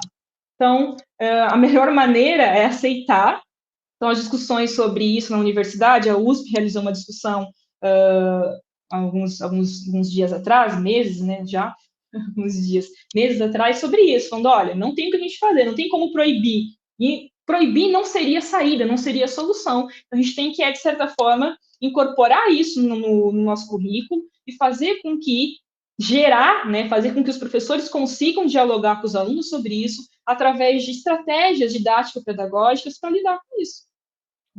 Então, quando eu estou trazendo essas informações para vocês, de como tentar conversar, interagir com esse agente, é mais ou menos nesse sentido, né, que as coisas devem se encaminhar, né, nos próximos anos em relação ao uso dessas ferramentas e, consequentemente, em seguida, as implicações éticas desses usos e regulamentação pelas instituições. Então, desafios e limitações do uso do chat. Então, as entradas são limitadas, por exemplo, o GPT-4, que é o que tem de maior, é só 25 mil caracteres. O GPT-3 ainda, o GPT-3.5 é mais inferior ainda. Então, esses modelos são treinados em grande quantidade de dados, e se os dados forem tendenciosos, o modelo refletirá esses viés em sua saída. Então, limitações, tarefas que exigem justiça e imparcialidade, como contratação, classificação. Já tem empresa contratando gente com o uso desses agentes, tá, pessoal? É por isso que está escrito aqui. O chat e outros elementos o chat e outros modelos de linguagem, né, pode ser usado de maneira que não estão de acordo com nossos valores e crenças. Isso pode ser usado para controlar o comportamento e o pensamento das pessoas ou reforçar os preconceitos sociais existentes. Bom, o chat e outros modelos de linguagem podem ser usados de maneira prejudicial. A gente estava vendo lá, reforçando, né, preconceito, discriminação, inclusive de forma a criar um estado de vigilância. Aqui a gente pode remeter, pensar um pouquinho sobre identificação facial, né, gente? Que, inclusive, tem grandes discussões sobre isso. São Paulo, né, tentou implantar esse sistema e deu uma série de debates e tal. Tem uma galera do racismo algoritmo, né, que é um termo que vem sendo também mobilizado para se referir a esse assunto. Então, isso falha, né, também a gente tem a falha de compreensão das emoções, intenção e raciocínio humano. Limitação, é óbvio, né, que é limitado para usar para uma tarefa que exige empatia, como fornecer aconselhamento ou tutoria. Isso tudo, gente, considerando dentro do espaço de experiência vivida. O chat pode até te aconselhar, e o conselho pode não ser ruim, né, mas né, a experiência vivida que a gente está falando aqui, que tem essa troca de emoção, né, essa interpretação de emoção e intenção, o chat não tem. Desafio de garantir a qualidade da produção dos modelos linguísticos. Todo modelo erra, gente. Esse é um consenso entre os próprios cientistas da computação. Todo modelo erra, eles não são perfeitos, e você pode aperfeiçoar, sempre vai ter algum erro. Então, tarefas que exigem altos níveis de precisão, né, como avaliar redações ou fornecer diagnóstico médico, pode ser por um tanto quanto problemático também. Políticas de uso. Para a gente finalizar a conversa, isso que importa para a gente aqui, acho mais importante, é crucial a gente respeitar as políticas da instituição. Então, as instituições estão correndo, né, tentando alcançar, né, um consenso em torno dessas políticas. Então, o chat e outros modelos só deve ser usado quando for permitido pelas diretrizes da escola, e outros recursos devem ser utilizados quando o chat GPT não for permitido, certo? Bom, as políticas descrevem o uso adequado do modelo, devem descrever isso, e as limitações ou restrições que devem ser levadas em consideração. Então, para obter uma compreensão mais completa de um tópico, recomenda-se usar o chat em conjunto com outros recursos muito valiosos, né, que é o livro didático e artigos acadêmicos. Isso gera uma compreensão mais profunda. Relembrando, o chat e ferramentas semelhantes são complementares. Não substituem jamais a experiência de uma sala de aula, um professor ou um outro profissional, tá? Muito menos os meios, né, de conhecimento que a gente tem altamente consolidados. Divulgar o uso do chat e outros modelos de linguagem. Isso garante transparência e compreensão das limitações da ferramenta. Foi o que eu fiz no início com vocês. Olha, eu joguei um arquivo de texto Word que eu tinha escrito os tópicos para gerar o slide, saiu um esquema meio que ruim, eu tive que reorganizar tudo isso, enfim. Mas é possível e economiza um certo tempo. Em casos de uso, incluir uma declaração de que a instituição está usando essas ferramentas para melhorar a experiência educacional e que qualquer informação gerada pelo modelo não se destina a substituir a opinião de especialistas ou o julgamento profissional. O maior medo das pessoas, né? Apesar de, é claro, de haver uma certa interferência desse processo todo nas formas de trabalho, nos modos de trabalho, isso com certeza vai haver, mas os impactos não são tão drásticos, né? Não devem ser tão drásticos como as pessoas imaginam. Sobre o plágio, gente, referindo-se a essas políticas, né? O plágio refere-se ao ato de apresentar as ideias de outra pessoa como sua sem dar o devido crédito. Então, a citação adequada ou reconhecimento do uso do chat é crucial para manter a integridade do nosso trabalho e de outras pessoas também. Apesar de a gente não saber, e é por isso que o chat é tão questionado. Poxa, mas a OpenAI ou outras empresas não divulgam a fonte, a gente não sabe de onde veio. Talvez a gente esteja reproduzindo ou plagiando pessoas que a gente nem conhece. Enfim, essa é uma das grandes discussões. Então, por mais que cite que usa o chat, não justifica. Inclusive, grandes revistas científicas do mundo estão proibindo o uso do chat, né? Inclusive, citar o chat como fonte. Então, eu não sei se isso é uma medida, a melhor medida a se tomar, mas enfim. Então, se a gente usar o chat, deixa claro que usou o modelo, forneça uma citação em referência à fonte mesmo, né? Tente ir atrás, né, do que não vai te dar a fonte específica, mas pode citar o nome do autor, aí você pode buscar o nome do autor e assim por diante, buscar as obras, os livros, né, e artigos que essa pessoa escreveu. E isso é claro, se for permitido, de acordo com as políticas de gerenciamento, não só da instituição, mas da sala de aula e do professor, né? Então, a gente tem que considerar tudo isso. Conclusões. O chat e outros modelos de linguagem são ferramentas úteis para aprender e ensinar. Pode ajudar os educadores em seu trabalho, assim como os alunos, fornecer recursos e apoio adicionais, mas não são capazes de substituir as competências e habilidades únicas que nós humanos temos. Eles podem entender e gerar linguagem natural, que é o texto, aqui a linguagem natural, a gente está falando da linguagem, por exemplo, língua portuguesa brasileira, língua inglesa, isso é linguagem natural, mas não tem a capacidade de entender o contexto e essas nuances de um determinado assunto ou campo. Então, tem capacidade de fornecer feedback, orientação aos alunos, às pessoas em geral? Tem, né? Ou de criar aprendizados significativos? Tem, mas só que é limitada. Não são capazes de compreender necessidades emocionais e psicológicas ou fornecer o tipo de apoio social e emocional que só, né, a vivência, a prática, por exemplo, escolar vai fornecer, que é essa interação, a troca, a aprendizagem efetiva em sala de aula entre professores e alunos. Então, é essencial que as instituições e a gente reconheça as limitações dessas ferramentas e as use de forma como complemento aos métodos tradicionais de ensino. A gente está entrando aqui numa discussão das metodologias ativas e por aí vai, como uma forma de fornecer apoio adicional aos alunos fora da sala de aula. Lembrando que, gente, manter a conexão humana é essencial para o ensino e a aprendizagem eficazes. Finalizando, eu trouxe a imagem para vocês, não sei se vocês conhecem o Turco. Foi essa máquina, o autômato, construído no século XVII, século XVIII, em que a grande maioria das pessoas acreditava que realmente era um robô que estava jogando xadrez, enquanto que dentro da caixinha, embaixo da escrivaninha, tinha um humano manipulando o jogo, né, as peças a todo momento. Então, essa é uma metáfora, falando das metáforas, né, interessante para pensar como a inteligência artificial funciona. A gente tem aí humanos, uma série de humanos, uma série de processos de trabalho, né, processos intelectuais envolvidos, de exploração, inclusive, de extração, que fazem com que tornem possível que essas IAs existam. Obrigada, meu e-mail para quem quiser anotar, entrar em contato, trocar ideias, pedir referências, fiquem à vontade. E as referências, por fim, eu vou enviá-las para vocês todas no chat agora. É isso, galera. Falei demais, né? Me empolguei aqui. Obrigado pelo seu palestra. Compartilhar conosco um pouco aí da sua visão sobre essa ferramenta tecnológica. Você da área, né, de humanas, né, fazendo um aspecto, uma análise social sobre essa ferramenta, apresentando aí as características, né, fez uma contextualização sobre pontos positivos, negativos, né. Agora, a ferramenta pode ser utilizada num aspecto que você destacou aí, né, como um assistente de escrita, principalmente, né, mas que tem impactos aí no processo cognitivo, na aprendizagem também, principalmente nas futuras profissões ou em algumas profissões.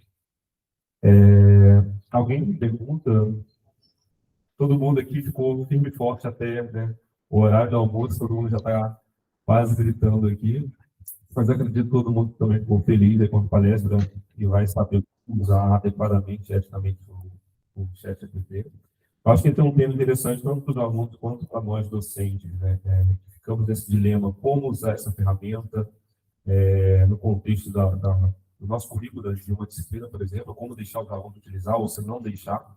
Então, você já citou aí, tem instituições limitando o uso dessa ferramenta, tem revistas que estão proibindo a citação do uso dessa ferramenta, mas por trás todo mundo usa, né? Vai consultar ali para montar uma seção do artigo, por exemplo, eu como cientista, né? Ou vou montar uma questão para uma prova, né? Então, isso me ajuda a elaborar uma questão, mas eu tenho que checar as fontes, né? Então, a dúvida que eu tinha, né, uma pergunta que eu tinha anotado aqui, era como aluno, né? Como eles poderiam utilizar essa ferramenta de modo mais adequado, olhando para essas questões de segurança, essa questão de ética, de plágio. Você já mencionou isso aí, eu fui anotando isso aqui durante a apresentação, mas você já respondeu durante a sua apresentação. E também como nós, docentes, né, podemos deixar os alunos utilizarem ou estimular o uso dessa ferramenta de modo mais adequado. Eu sei que você já explanou aí, mas se você puder dar um resumo em 2 frases, aí, como os alunos poderiam utilizar isso e como nós podemos, né, adicionar isso no nosso currículo, na nossa metodologia. Eu acho que, assim, acredito que, primeiro, a instituição deve sentar, né, com a equipe, com a gestão, e determinar isso de forma né, especificada, sistematizada, aí passar isso para os alunos, os professores ter essa conversa com os alunos em sala de aula, e cabe também, eu acho, que acredito que cabe aos professores decidir, no final de contas, se vai ser útil, né, para a sua disciplina, né, para a sua área. E é claro que, porque exige um certo treinamento básico. Fornecer essas informações já é uma espécie de treinamento. Então, os alunos, eles terão que ter uma espécie de treinamento básico, fundamental, nem que isso seja, né, de forma acoplada à disciplina durante o andamento da própria disciplina. Então, essas são as discussões que as instituições acadêmicas estão fazendo. Isso tem que ser inserido no currículo, tem que ser regulamentado pela instituição, né, feita essa política, isso deve ser incluso no currículo da disciplina, e o professor pode trabalhar isso ou não, da forma que ele quiser na sala de aula.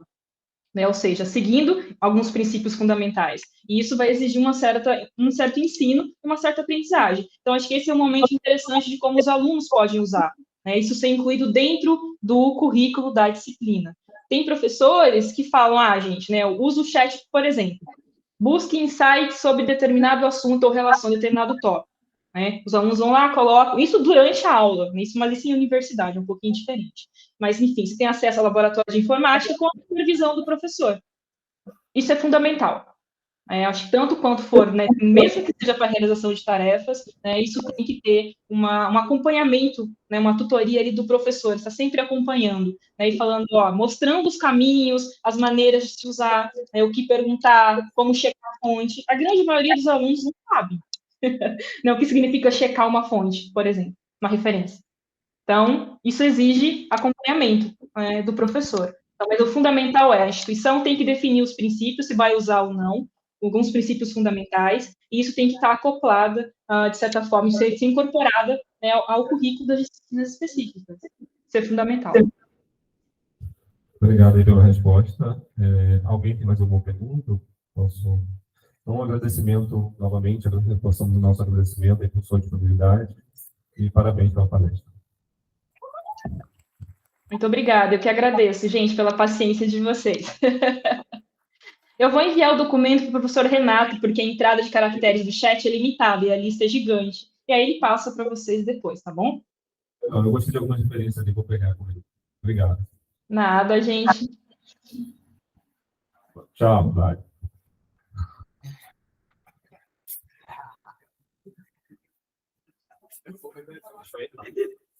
Gente, nós agradecemos aí vocês por terem ficado até agora, né, na hora do almoço.